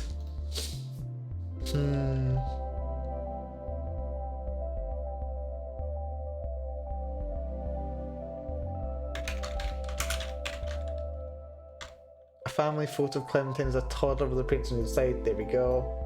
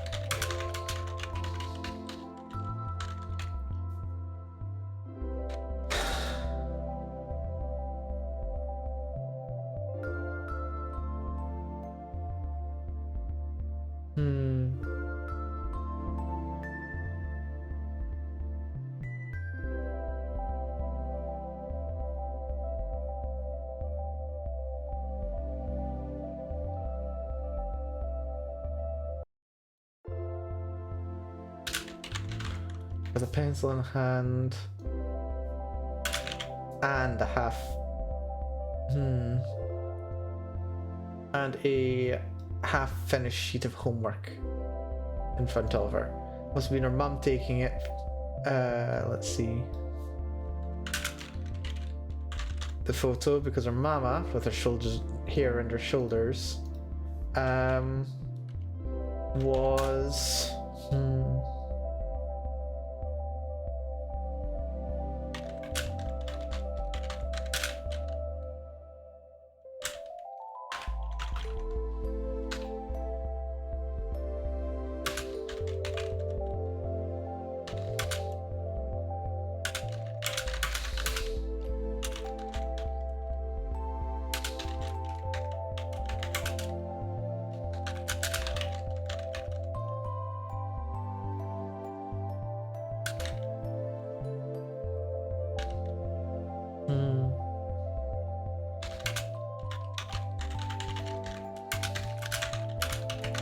with a patiently happy expression on her face. Lovely.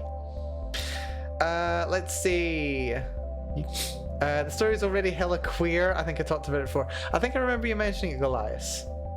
I think I do remember you mentioning it, at the very least briefly. Maybe a couple of weeks.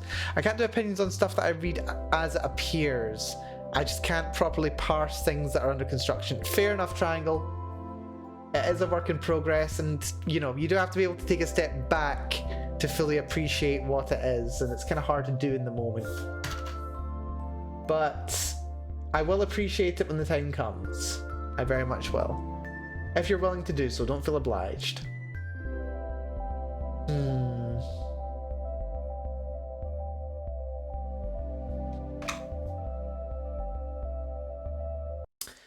Right, I need a sip. We are behind schedule. We have only written 405 words. Well, here. We did write 114 here, so that's 519 total. I can write faster. Thank you for the stretch, Goliath.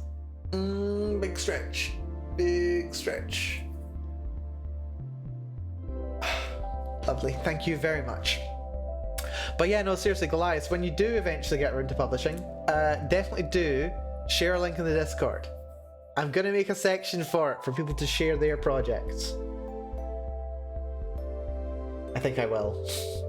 I would like that. Or like maybe a writing, explicitly for writing or just for projects in general. Because I do want people to be able to talk about their projects. I love hearing about people's projects. Right. Next.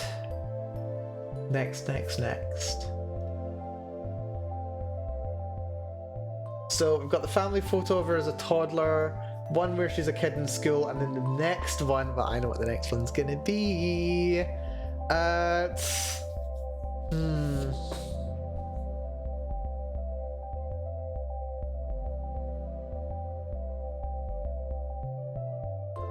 I know what this one's gonna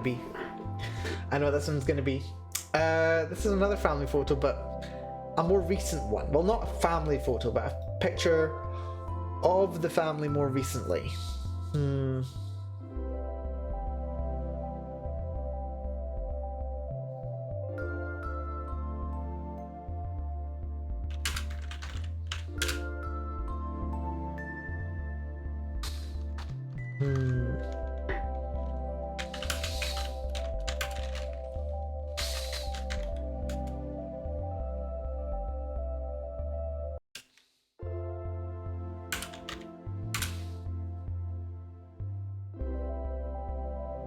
The next photo.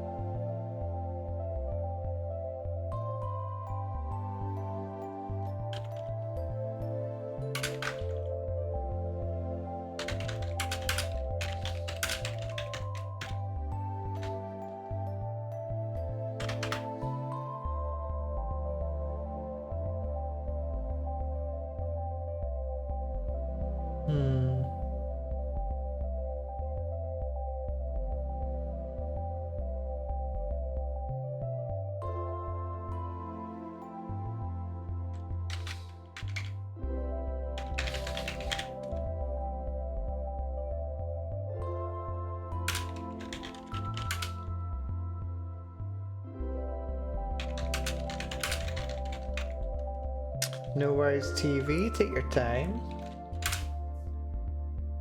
Hope all's good over there.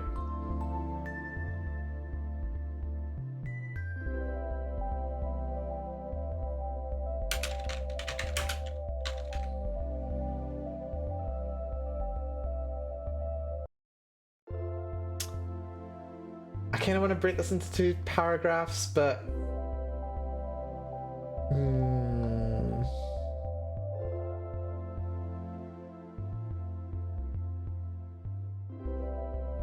yeah, let's make that all one.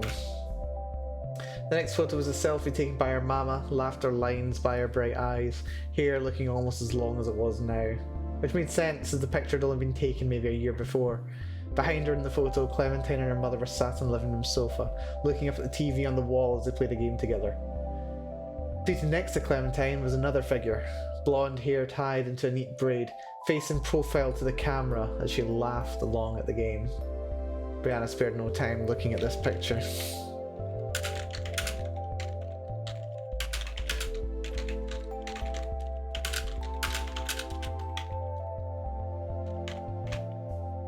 and continued up the stairs.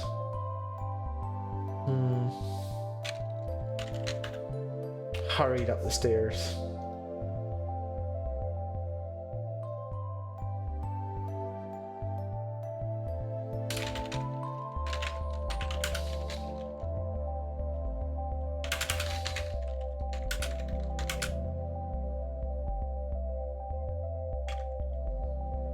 Clementine spared a lingering look as she followed. We go. So yeah, the suggestion being something that I'm trying to hint with this whole segment of the chapter. Of course, Brianna's familiar with the house, and she's actually very familiar with Clementine and familiar with the family, where she was, you know, there playing games with them. Her hair, which was usually just in a ponytail, was braided.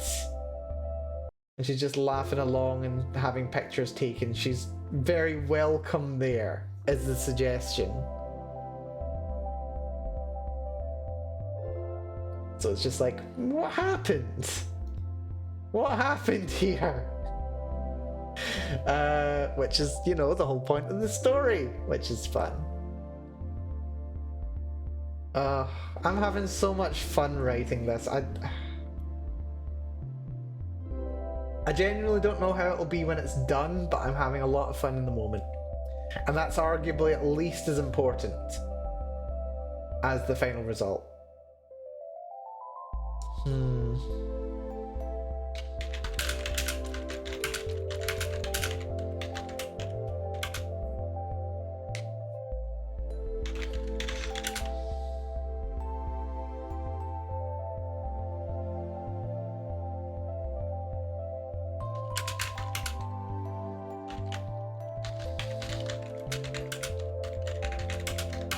Also, Tankfurter! Good to see you, Tankfurter. Welcome to the stream. I don't think you've been here yet today. But thank you so much for the subscription. 2 months in a row. We've got another one. We've got another one! No, in all seriousness, no, thank you so much. I do appreciate it. You're such a sub. You say that. You do say that. I'm not putting these words in your mouth. You said it, not me. Nah, thank you so much. Hopefully you're doing good, Tank. Welcome, welcome. We are making some more progress on Softy today. Lol, and I lied, I'm a Switch. Yeah, okay, yeah. So, you say yours. I've been wanting to say this for ages, so you'll have to allow me to do so. Are you a Switch? Or are you just so much of a bottom that you'll top if your partner wants you to?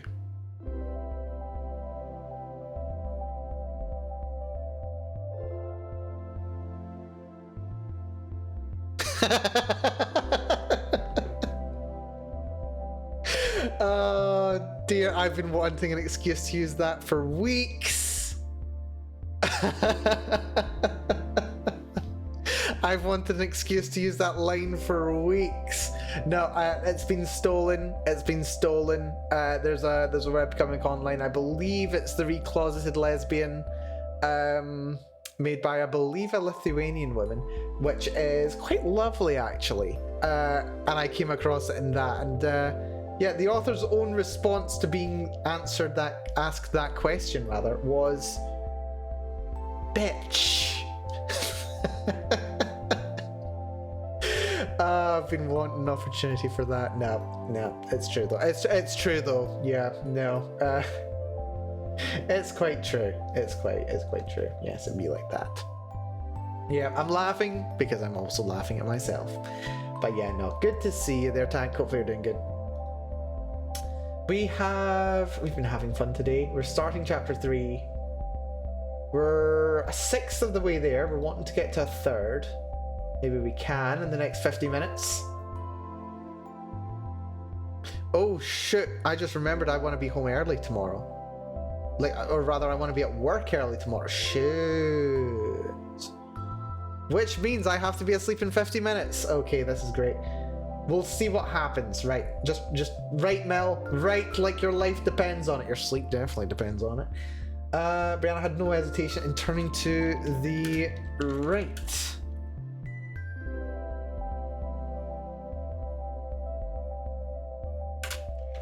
And approaching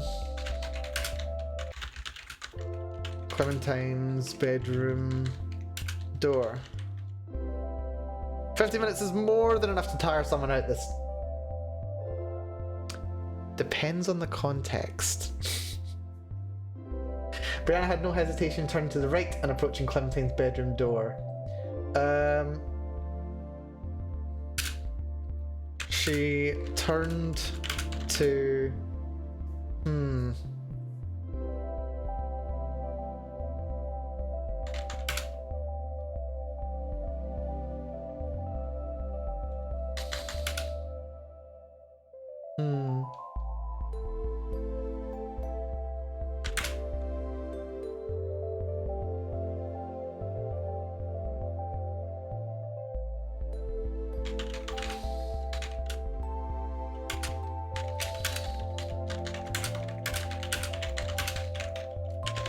Hand resting on the door handle.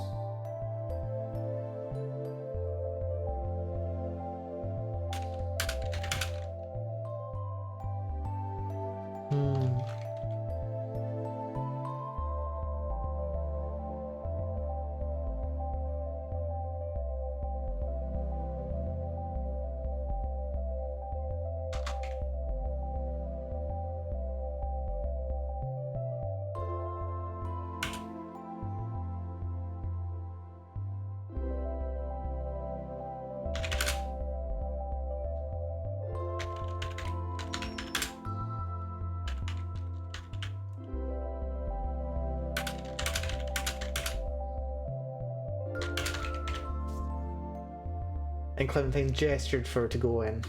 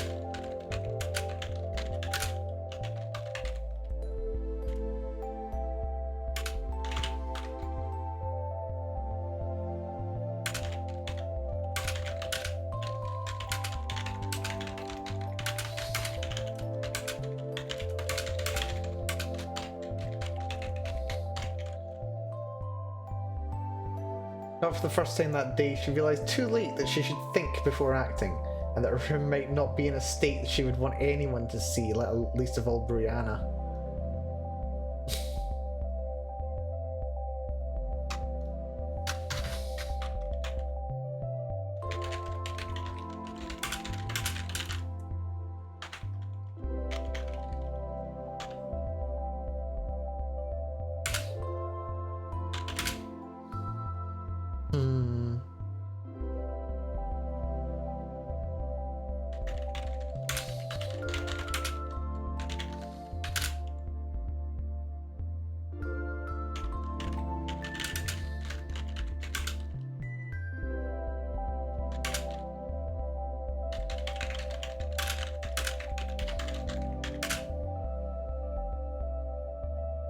Fortunately for her, her normally serious nature extended itself to organising the organising of her bedroom.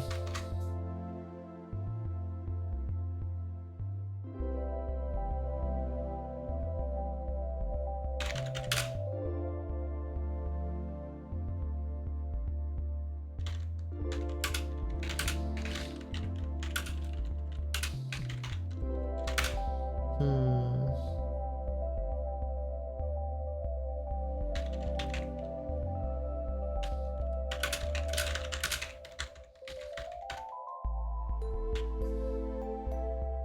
Bricks and nuts were neatly arranged on her bookshelf.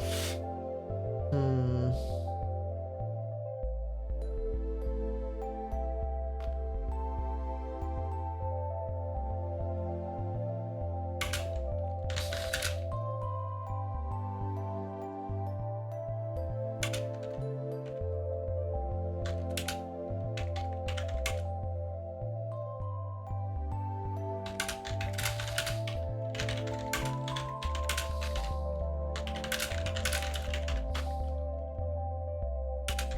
This is how you can tell I'm writing fiction, by the way. Nobody has a bedroom this organized. Also, welcome back, TV. And Nucleus, I'll finish my luck and wish you and everybody a good night of a good rest of the day, night. I'm heading to bed. No worries, Nucleus. Thank you so much for coming by. Do appreciate. Hopefully you've had a nice time here. Hopefully you've had a good week. Hopefully you have a good day ahead of you tomorrow. And a good weekend as well. You take care, Nucleus. Catch you again soon. Thank you for dropping by, as usual.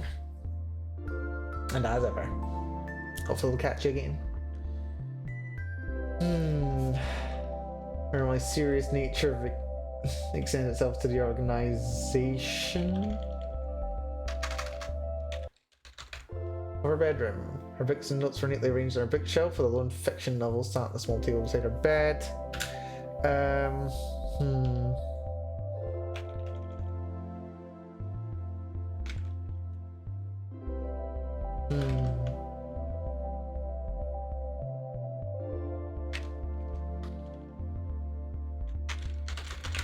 A lone fiction novel sitting on the small table beside her bed.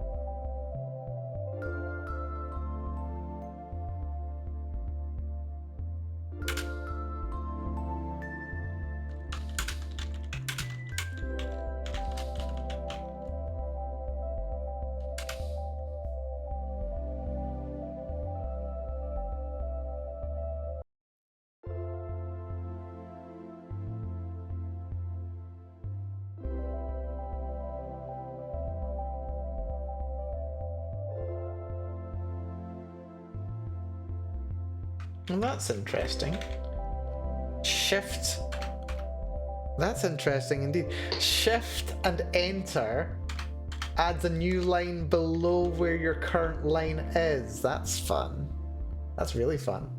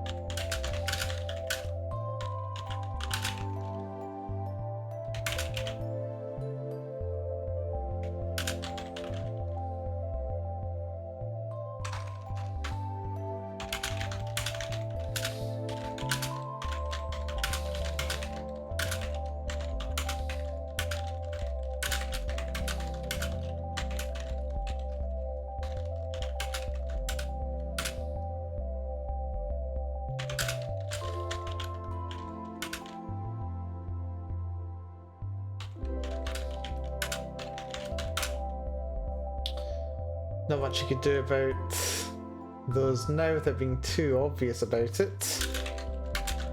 But you pushed past Brianna.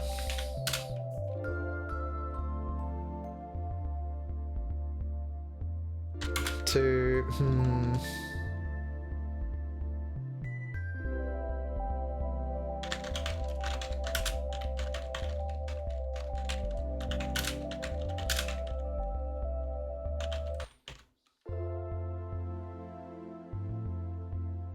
quickly straighten her breadsheet.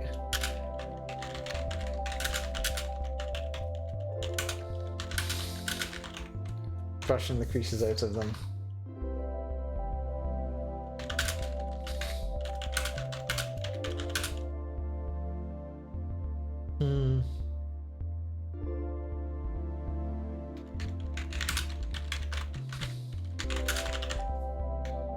She turned to see Brianna watching her.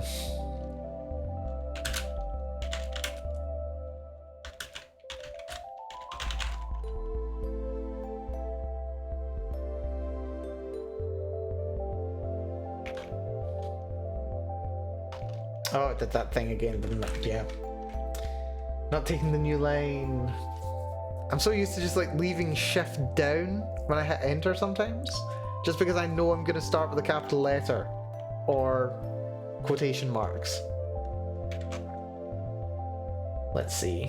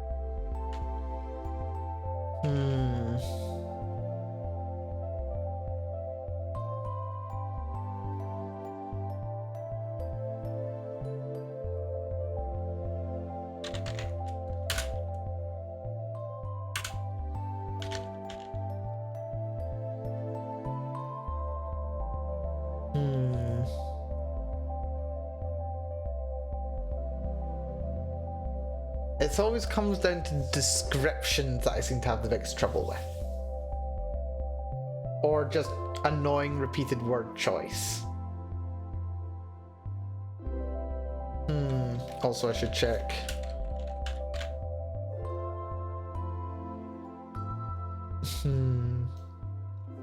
Right, so we can get rid of the shrugging again.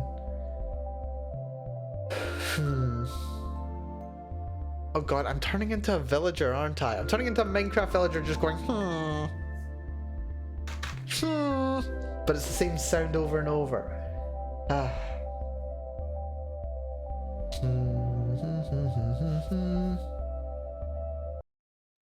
Let's turn this. I want to establish that she's swinging her leg over the seat to setting it backwards. But also... Oh, that's fine. I can do that.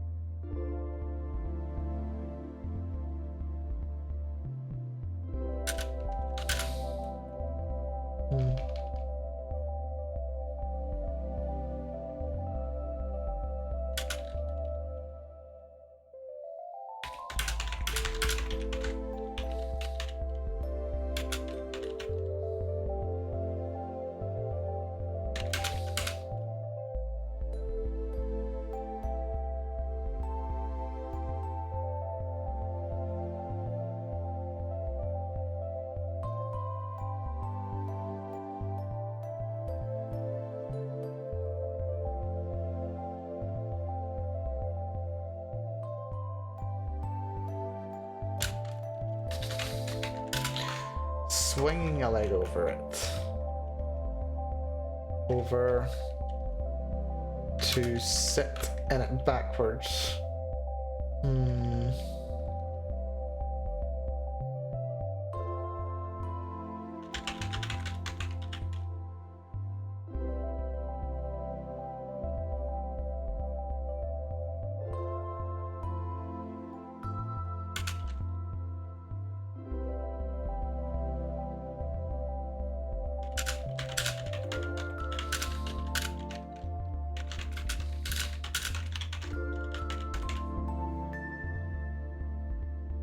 She rested her chin on the backrest. Right.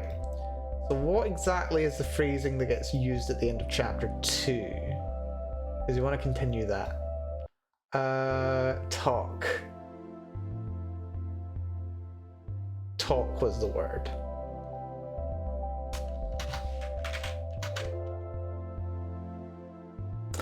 And now we get to the delightfully awkward bit. I do so love the delightfully awkward bit. So.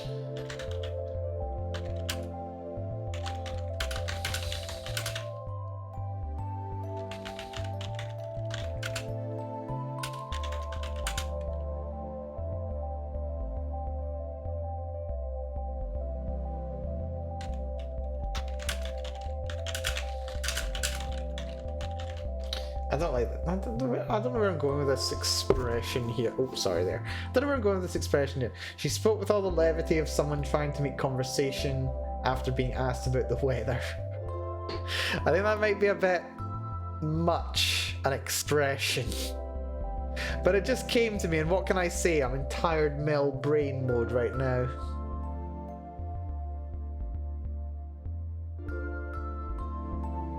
It definitely does get the vibe of what I'm going for across, which is, let's be honest, half the point.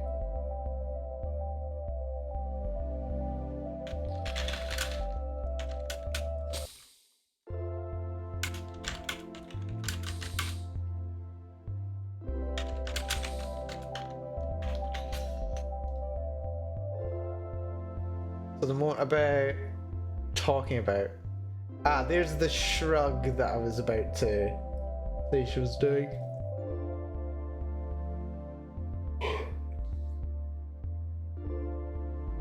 Brianna has already clammed up at this point. Like, at this moment here, she got caught up in the moment. Then this is crash back to reality. Whoops, there goes gravity. Watch her profanity. And then the moment's kind of gone for her. and she's already clammed back up again. She already closed herself off. Gives her a skeptical look, shrugging, nodded, non-committal. If you're alright having me over, she just follow her in silence, actively not aware of the thoughts going through Clementine's head, but she's probably having those thoughts as well. And then even at the start of chapter 3, from Brianna, we've got not very much. She's gone very stiff. She hovers uncertainly outside before going in. This is me just kind of noting what I've written. This isn't me patting myself on the back. Okay, it's patting myself on the back for something that I did without intending it, which isn't really worthy of back patting, but I'm commenting on it all the same. So yeah, she's already kind of closed up at this point. She's tense. She's not quite sure what's going on. She's kind of rabbit in the headlights, just going along with it, not because she doesn't want to, but because she doesn't know where else to go with this situation. She's in crisis mode right now. Hovering uncertainly outside before following in. And then she goes in and she's just like, the first thought that comes to mind, it still smells the same. And then talking about the family, that's nice, something wistful. We've got a bit of a vulnerable little moment has snuck through from Brianna. Then flicking over, I'm good thanks, shutting down once again, less intently, she's distracted, just nodding, and then just going straight for the stairs. Clementine feeling she's done something wrong, which her senses are right that the situation is odd, but she's not necessarily said anything wrong per se. Then Brianna's just looking at the pictures, including the picture that she's in. Yes, I'm not sure if TV caught this bit. Yeah, there's a picture on the wall on the stairwell, a recent one where Clementine and Brianna are in the picture together, and it's a recent one established as being within the last year. I mean, at this point we know what's going on here, let's not beat around the bush here, but for those who need a little more time with it, for the benefit of those who have not heard me chuntering about this for nearly 2 months, they'll need to have these little clues put in to explain what's going on. And also, I just like it. I like it a lot. And then Brianna, like, not even hesitating, just going straight to Clementine's door, confirming it's okay to go in. And then just wry amusement as she sees Clementine, like, fussing over the state of her room. And then just, so what do you want to talk about? I like this little re-evaluation of what I'm writing. I wouldn't say it's like it's not a review or not editing, but just like casting a critical eye over it. I like what I've done with it.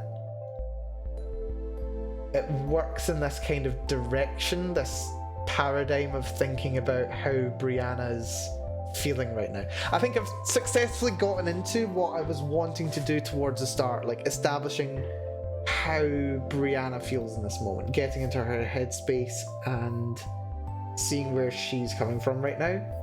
But I'm also getting to do some nice stuff. I'm doing little touches of world building, such as it is, or like hinting at a background of the story, hinting that there's more going on there, leaving those depths there to be explored later, and they will be explored. Well, some of them will be explored. Sorry, my nose is tickly. I think I want to sneeze again. I am very tired. My brain is now starting to work in strange ways. By which I mean it's bedtime. It's bedtime. But we'll go on for another little bit. I can barely keep my eyes open. Oh dear, I can barely keep my eyes open. Okay.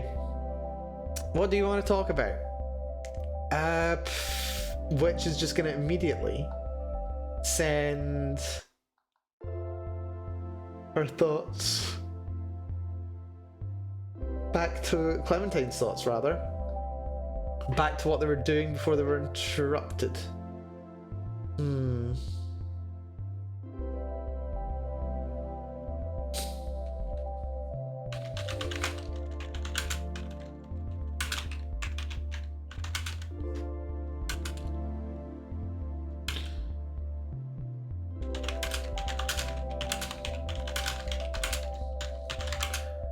Thought back to when she'd made that offer.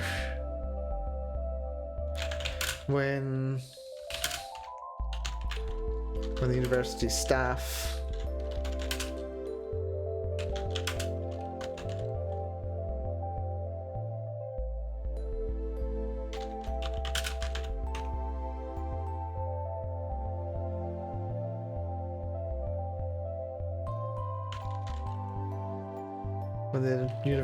went before what? Not capital what? Or like before what? Before what?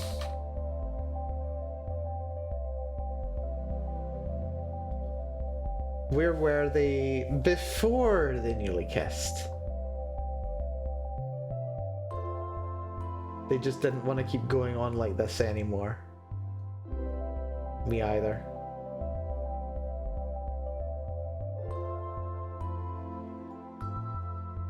And then that happened.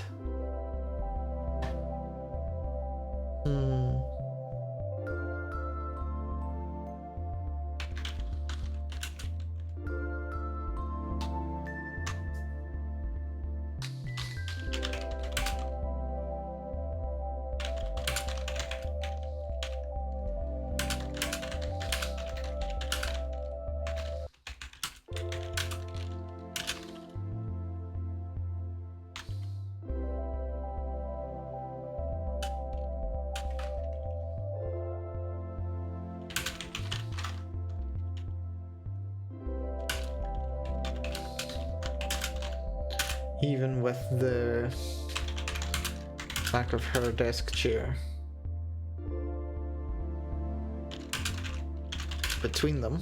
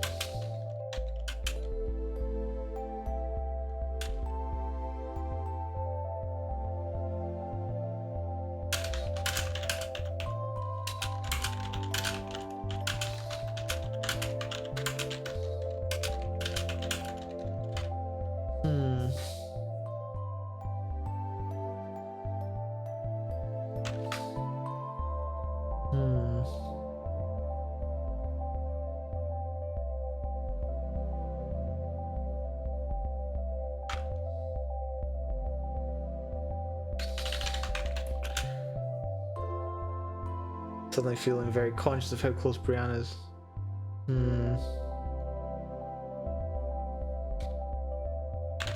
Suddenly she felt very conscious of how close Brianna's face was to hers, even with the back of her desk chase between them.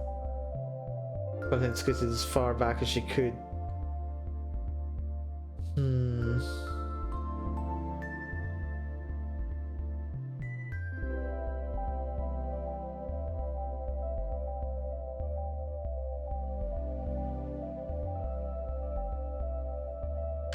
Scooted as far back as she could on the edge of her bed, with her feet still on the floor.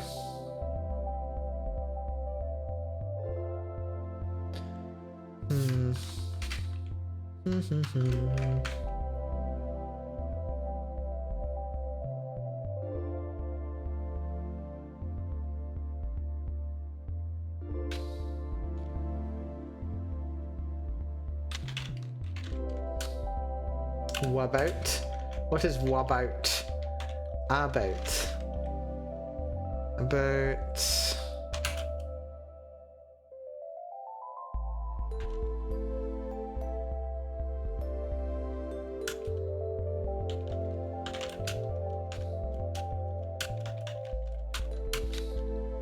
What exactly was the phrase used? How? Yeah. I don't want to keep going on like this anymore.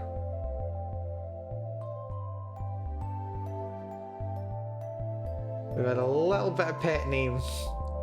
Just a little bit of pet name. Oh, I love the little touches of pet name. Or nickname. What exactly was the word? I just looked at it, but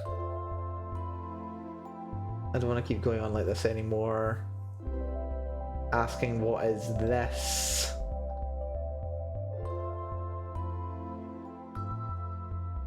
Yeah.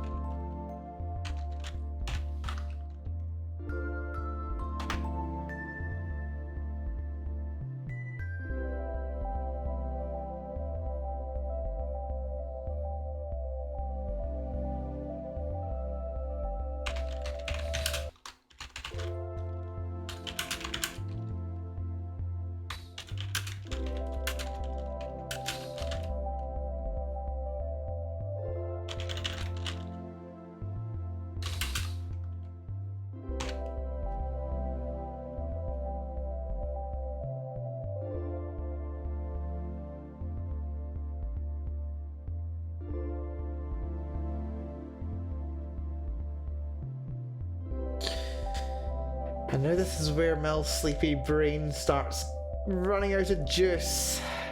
Just a little bit. I think I'm quite... Okay, I'm not ecstatic about the amount of work that we've done. We have almost broken 1,000 words between the outline and the chapter itself. So I'm happy to accept that. We're also approaching the point where we're going to make the transition to part 2 or to act 2. Brianna's still very closed up right now. Being in Clementine's room is having a bit of an effect on her. Not in a fun way, not in a sexy way. Well, somewhat. But not just in that way. There's more complex stuff going on here. She's a complex girl. He sighed deeply and turned away from her.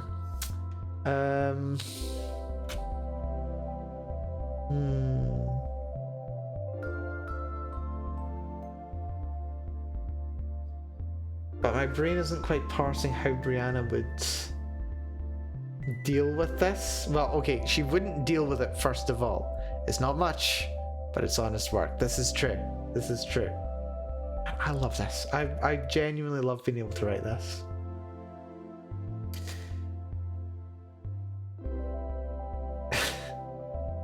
It's just what I need to write right now. It's what I need to be doing right now. It's nice. It's nice. It's like healing almost. So Brianna is completely... My brain is shutting down. My brain is actually shutting down right now.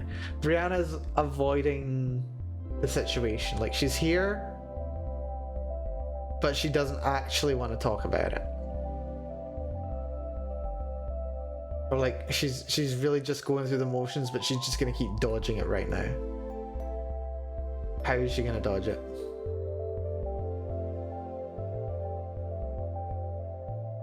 So she's gonna be defensive.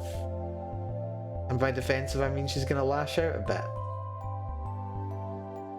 The way that she does. Oh, Brianna, you silly girl.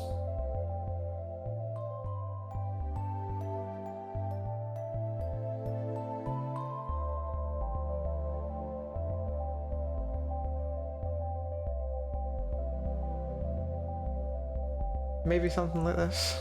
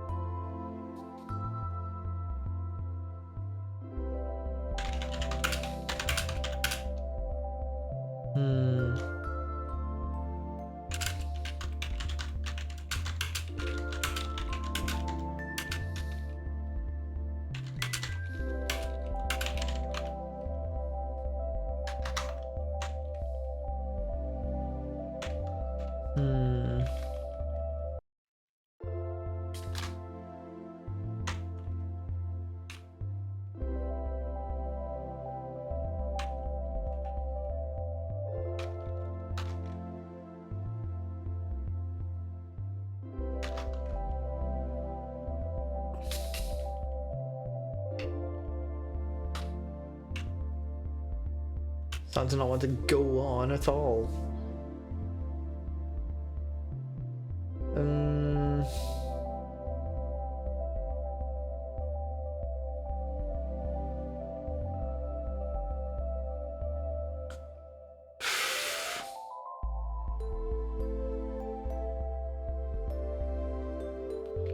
So yeah, lashing out.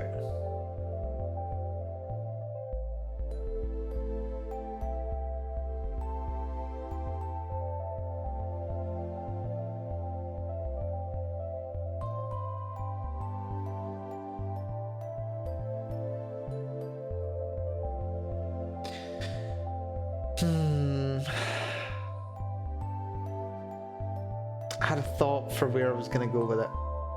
I think I even said it, but I don't remember what it was. Starting to not want to go on at all.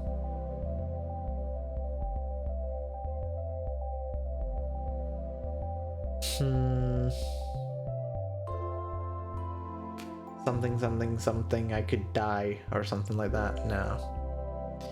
Don't want to be too grim. Not too grim. A little bit grim. Just a little bit grim. Enough to establish edge without, you know, going too far. We're not doing a Doki Doki Literature Club here.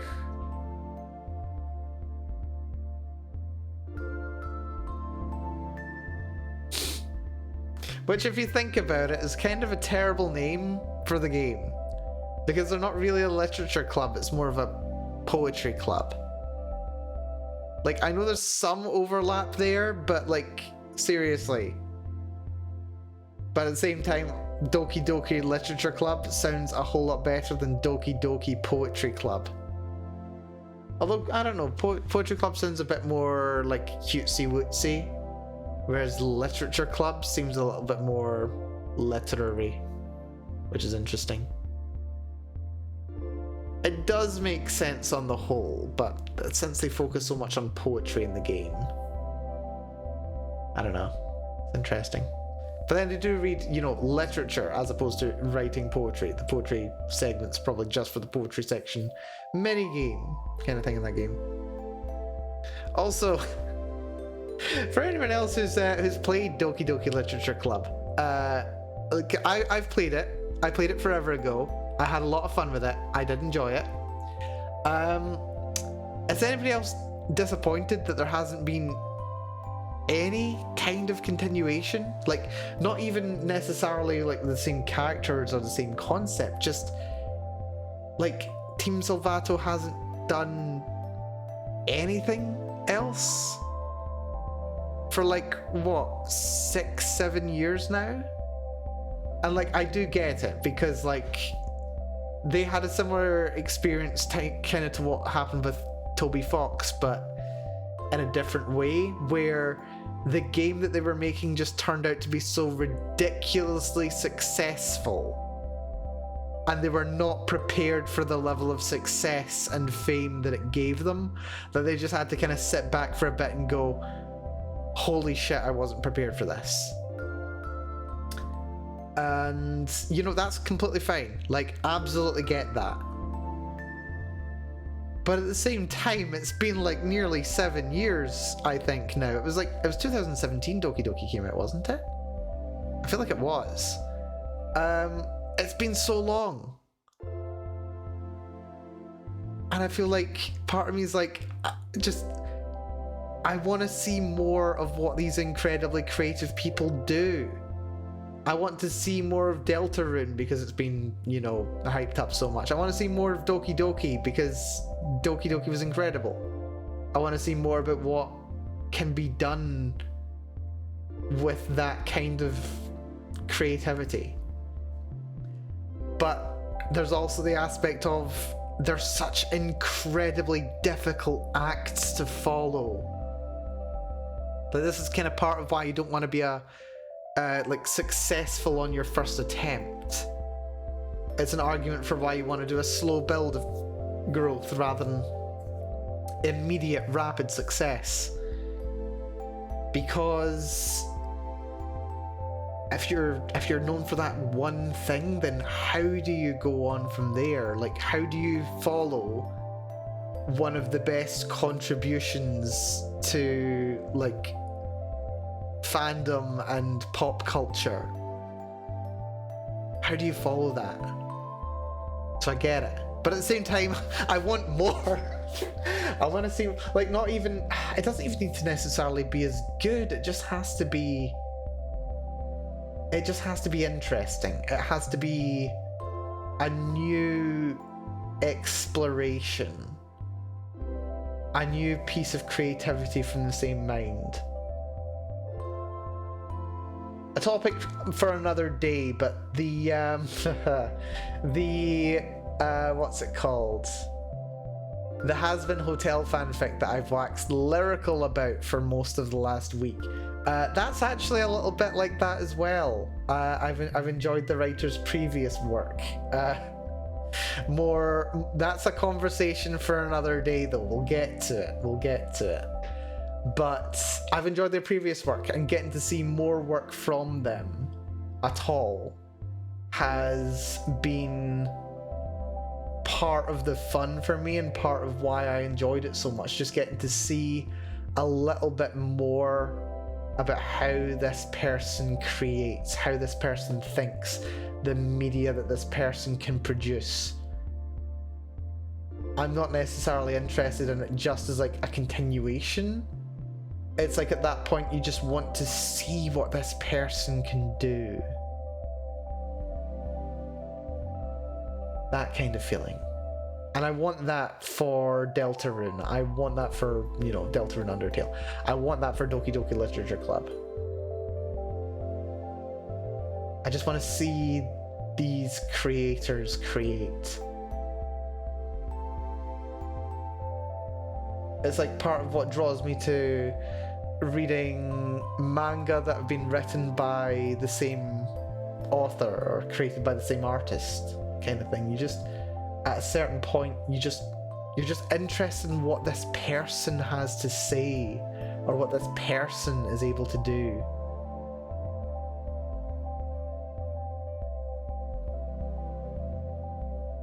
There's a thought in here that dovetails into VTubing as well, but honestly, I'm getting to the point where I'm too tired to be able to quite lean into that direction. But it's there as well, you know. You watch some people streaming, and you're just like, there's something about this person, whether it's streaming or whether it's on YouTube or whatever. And you're just like, there's something about this person's creativity that you want to see more of.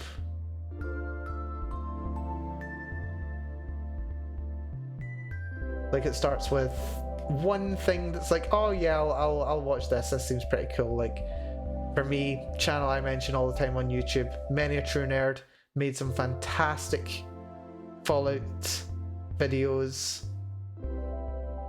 which were very fun and interesting, and I've had a lot of fun with over the years. but that just led to me like experiencing so many new games because they were made by that person. And I've not watched anywhere near as much since Starfield came out, mostly just because I wanted to avoid Starfield spoilers, such as they were. But yeah, it's that kind of feeling. Anyway, I'm definitely at the point where I'm rambling now, and I'm literally struggling to keep my eyes open in case it wasn't obvious. I'm gonna call the stream here. This is where we call it for here. I'm gonna leave a little note for a reminder because I'll forget otherwise. Clementine, somewhat affronted at Brianna's words. Brianna says it's just a joke.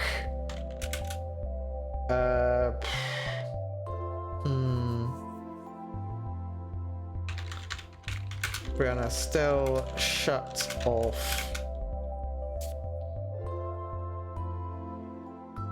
Difficult to get her to open up.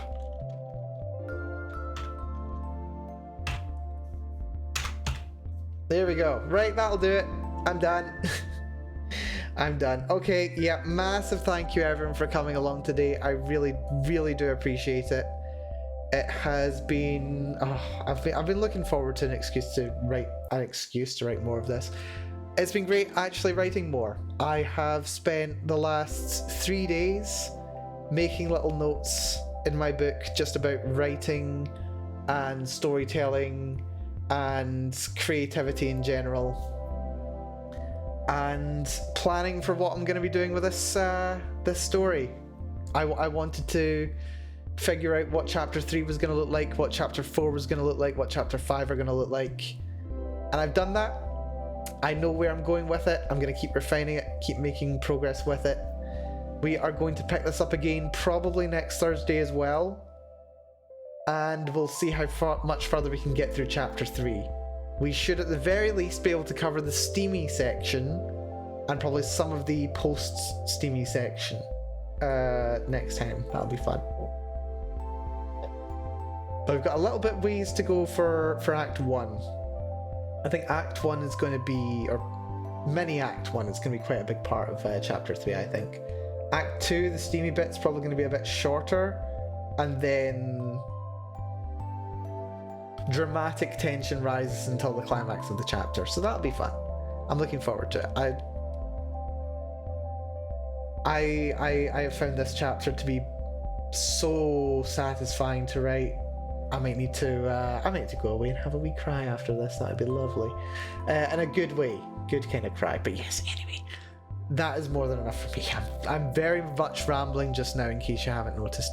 Special thanks required for TVPG and to Tankfurter for the subscriptions. Genuinely, thank you both so very much for your continued support. It means a lot. It really does. And also to Faith and for the raid, and for everyone for coming along with her, and to anyone who's still hanging out here from there, and also to Angry German for the follow as well. Hugely appreciated. Hopefully you've enjoyed your time here. Hopefully you continue to enjoy your time here. Hopefully we get to see you again at some point. And to everyone else who's been here, Tankfurter, Triangle, Nucleos, I know you're not here, but regardless, thank you for coming by all the same. Goliath, who else now? We had Adaver, Kurobachi, Faith, of course, Silver, Hylian, S. Everyone else has been here, but they've been here from the start, came along partway through, came with the raid, or just came along at the end. I do appreciate it. Thank you so much for coming along. Next stream is going to be on Saturday. We're going to be starting at 1 PM UTC+0. We're going to be playing more Elden Ring. We managed to beat Ray Lucaria and start working with Rani last time. I think we're going to start off with a dragon fight. That's going to be fun. And then, I don't know, I guess we'll see what Rani has in store for us. That's going to be good. Also looking forward to playing some more Stalker on Sunday. I don't remember where we got to. I think we're going to somewhere. We're going to somewhere. I think we're actually going to Chernobyl itself, which is going to be very fun. So look forward to that. We've got an action-packed weekend ahead of us. But yeah. But that being said, I've been Melanie. Thank you so much, everyone, for coming along. I do appreciate it. Until next time, take care of yourselves. Be very good to yourselves. And I'll see you very, very soon. Thank you for joining me for more Softy. Bye-bye, everyone. Bye-bye-bye-bye. Bye-bye. Oh my stars, I'm tired. I think this weekend I'm just gonna sleep. I'm gonna not stream. I'm just gonna be in bed. I'm gonna stream. I'm just gonna sleep. I'm gonna sleep, no stream. Nah, we will probably stream. Probably, maybe, we'll see. I don't know. I'm not decided. Who's live? Who wants a raid? Who's live? I see someone saying Peglin. I see someone playing Peglin. We're sold already. Let's raid Fracta. Do like raiding Fracta. Fractabellum is playing Peglin, which I've not played for ages actually. I should play another little run of Peglin sometimes. Maybe we'll do that for Tuesday. Tuesday streams seem to be rather chill. I don't have much energy for much, and Peglin might be just what I need. Anyway, take care all. Matane.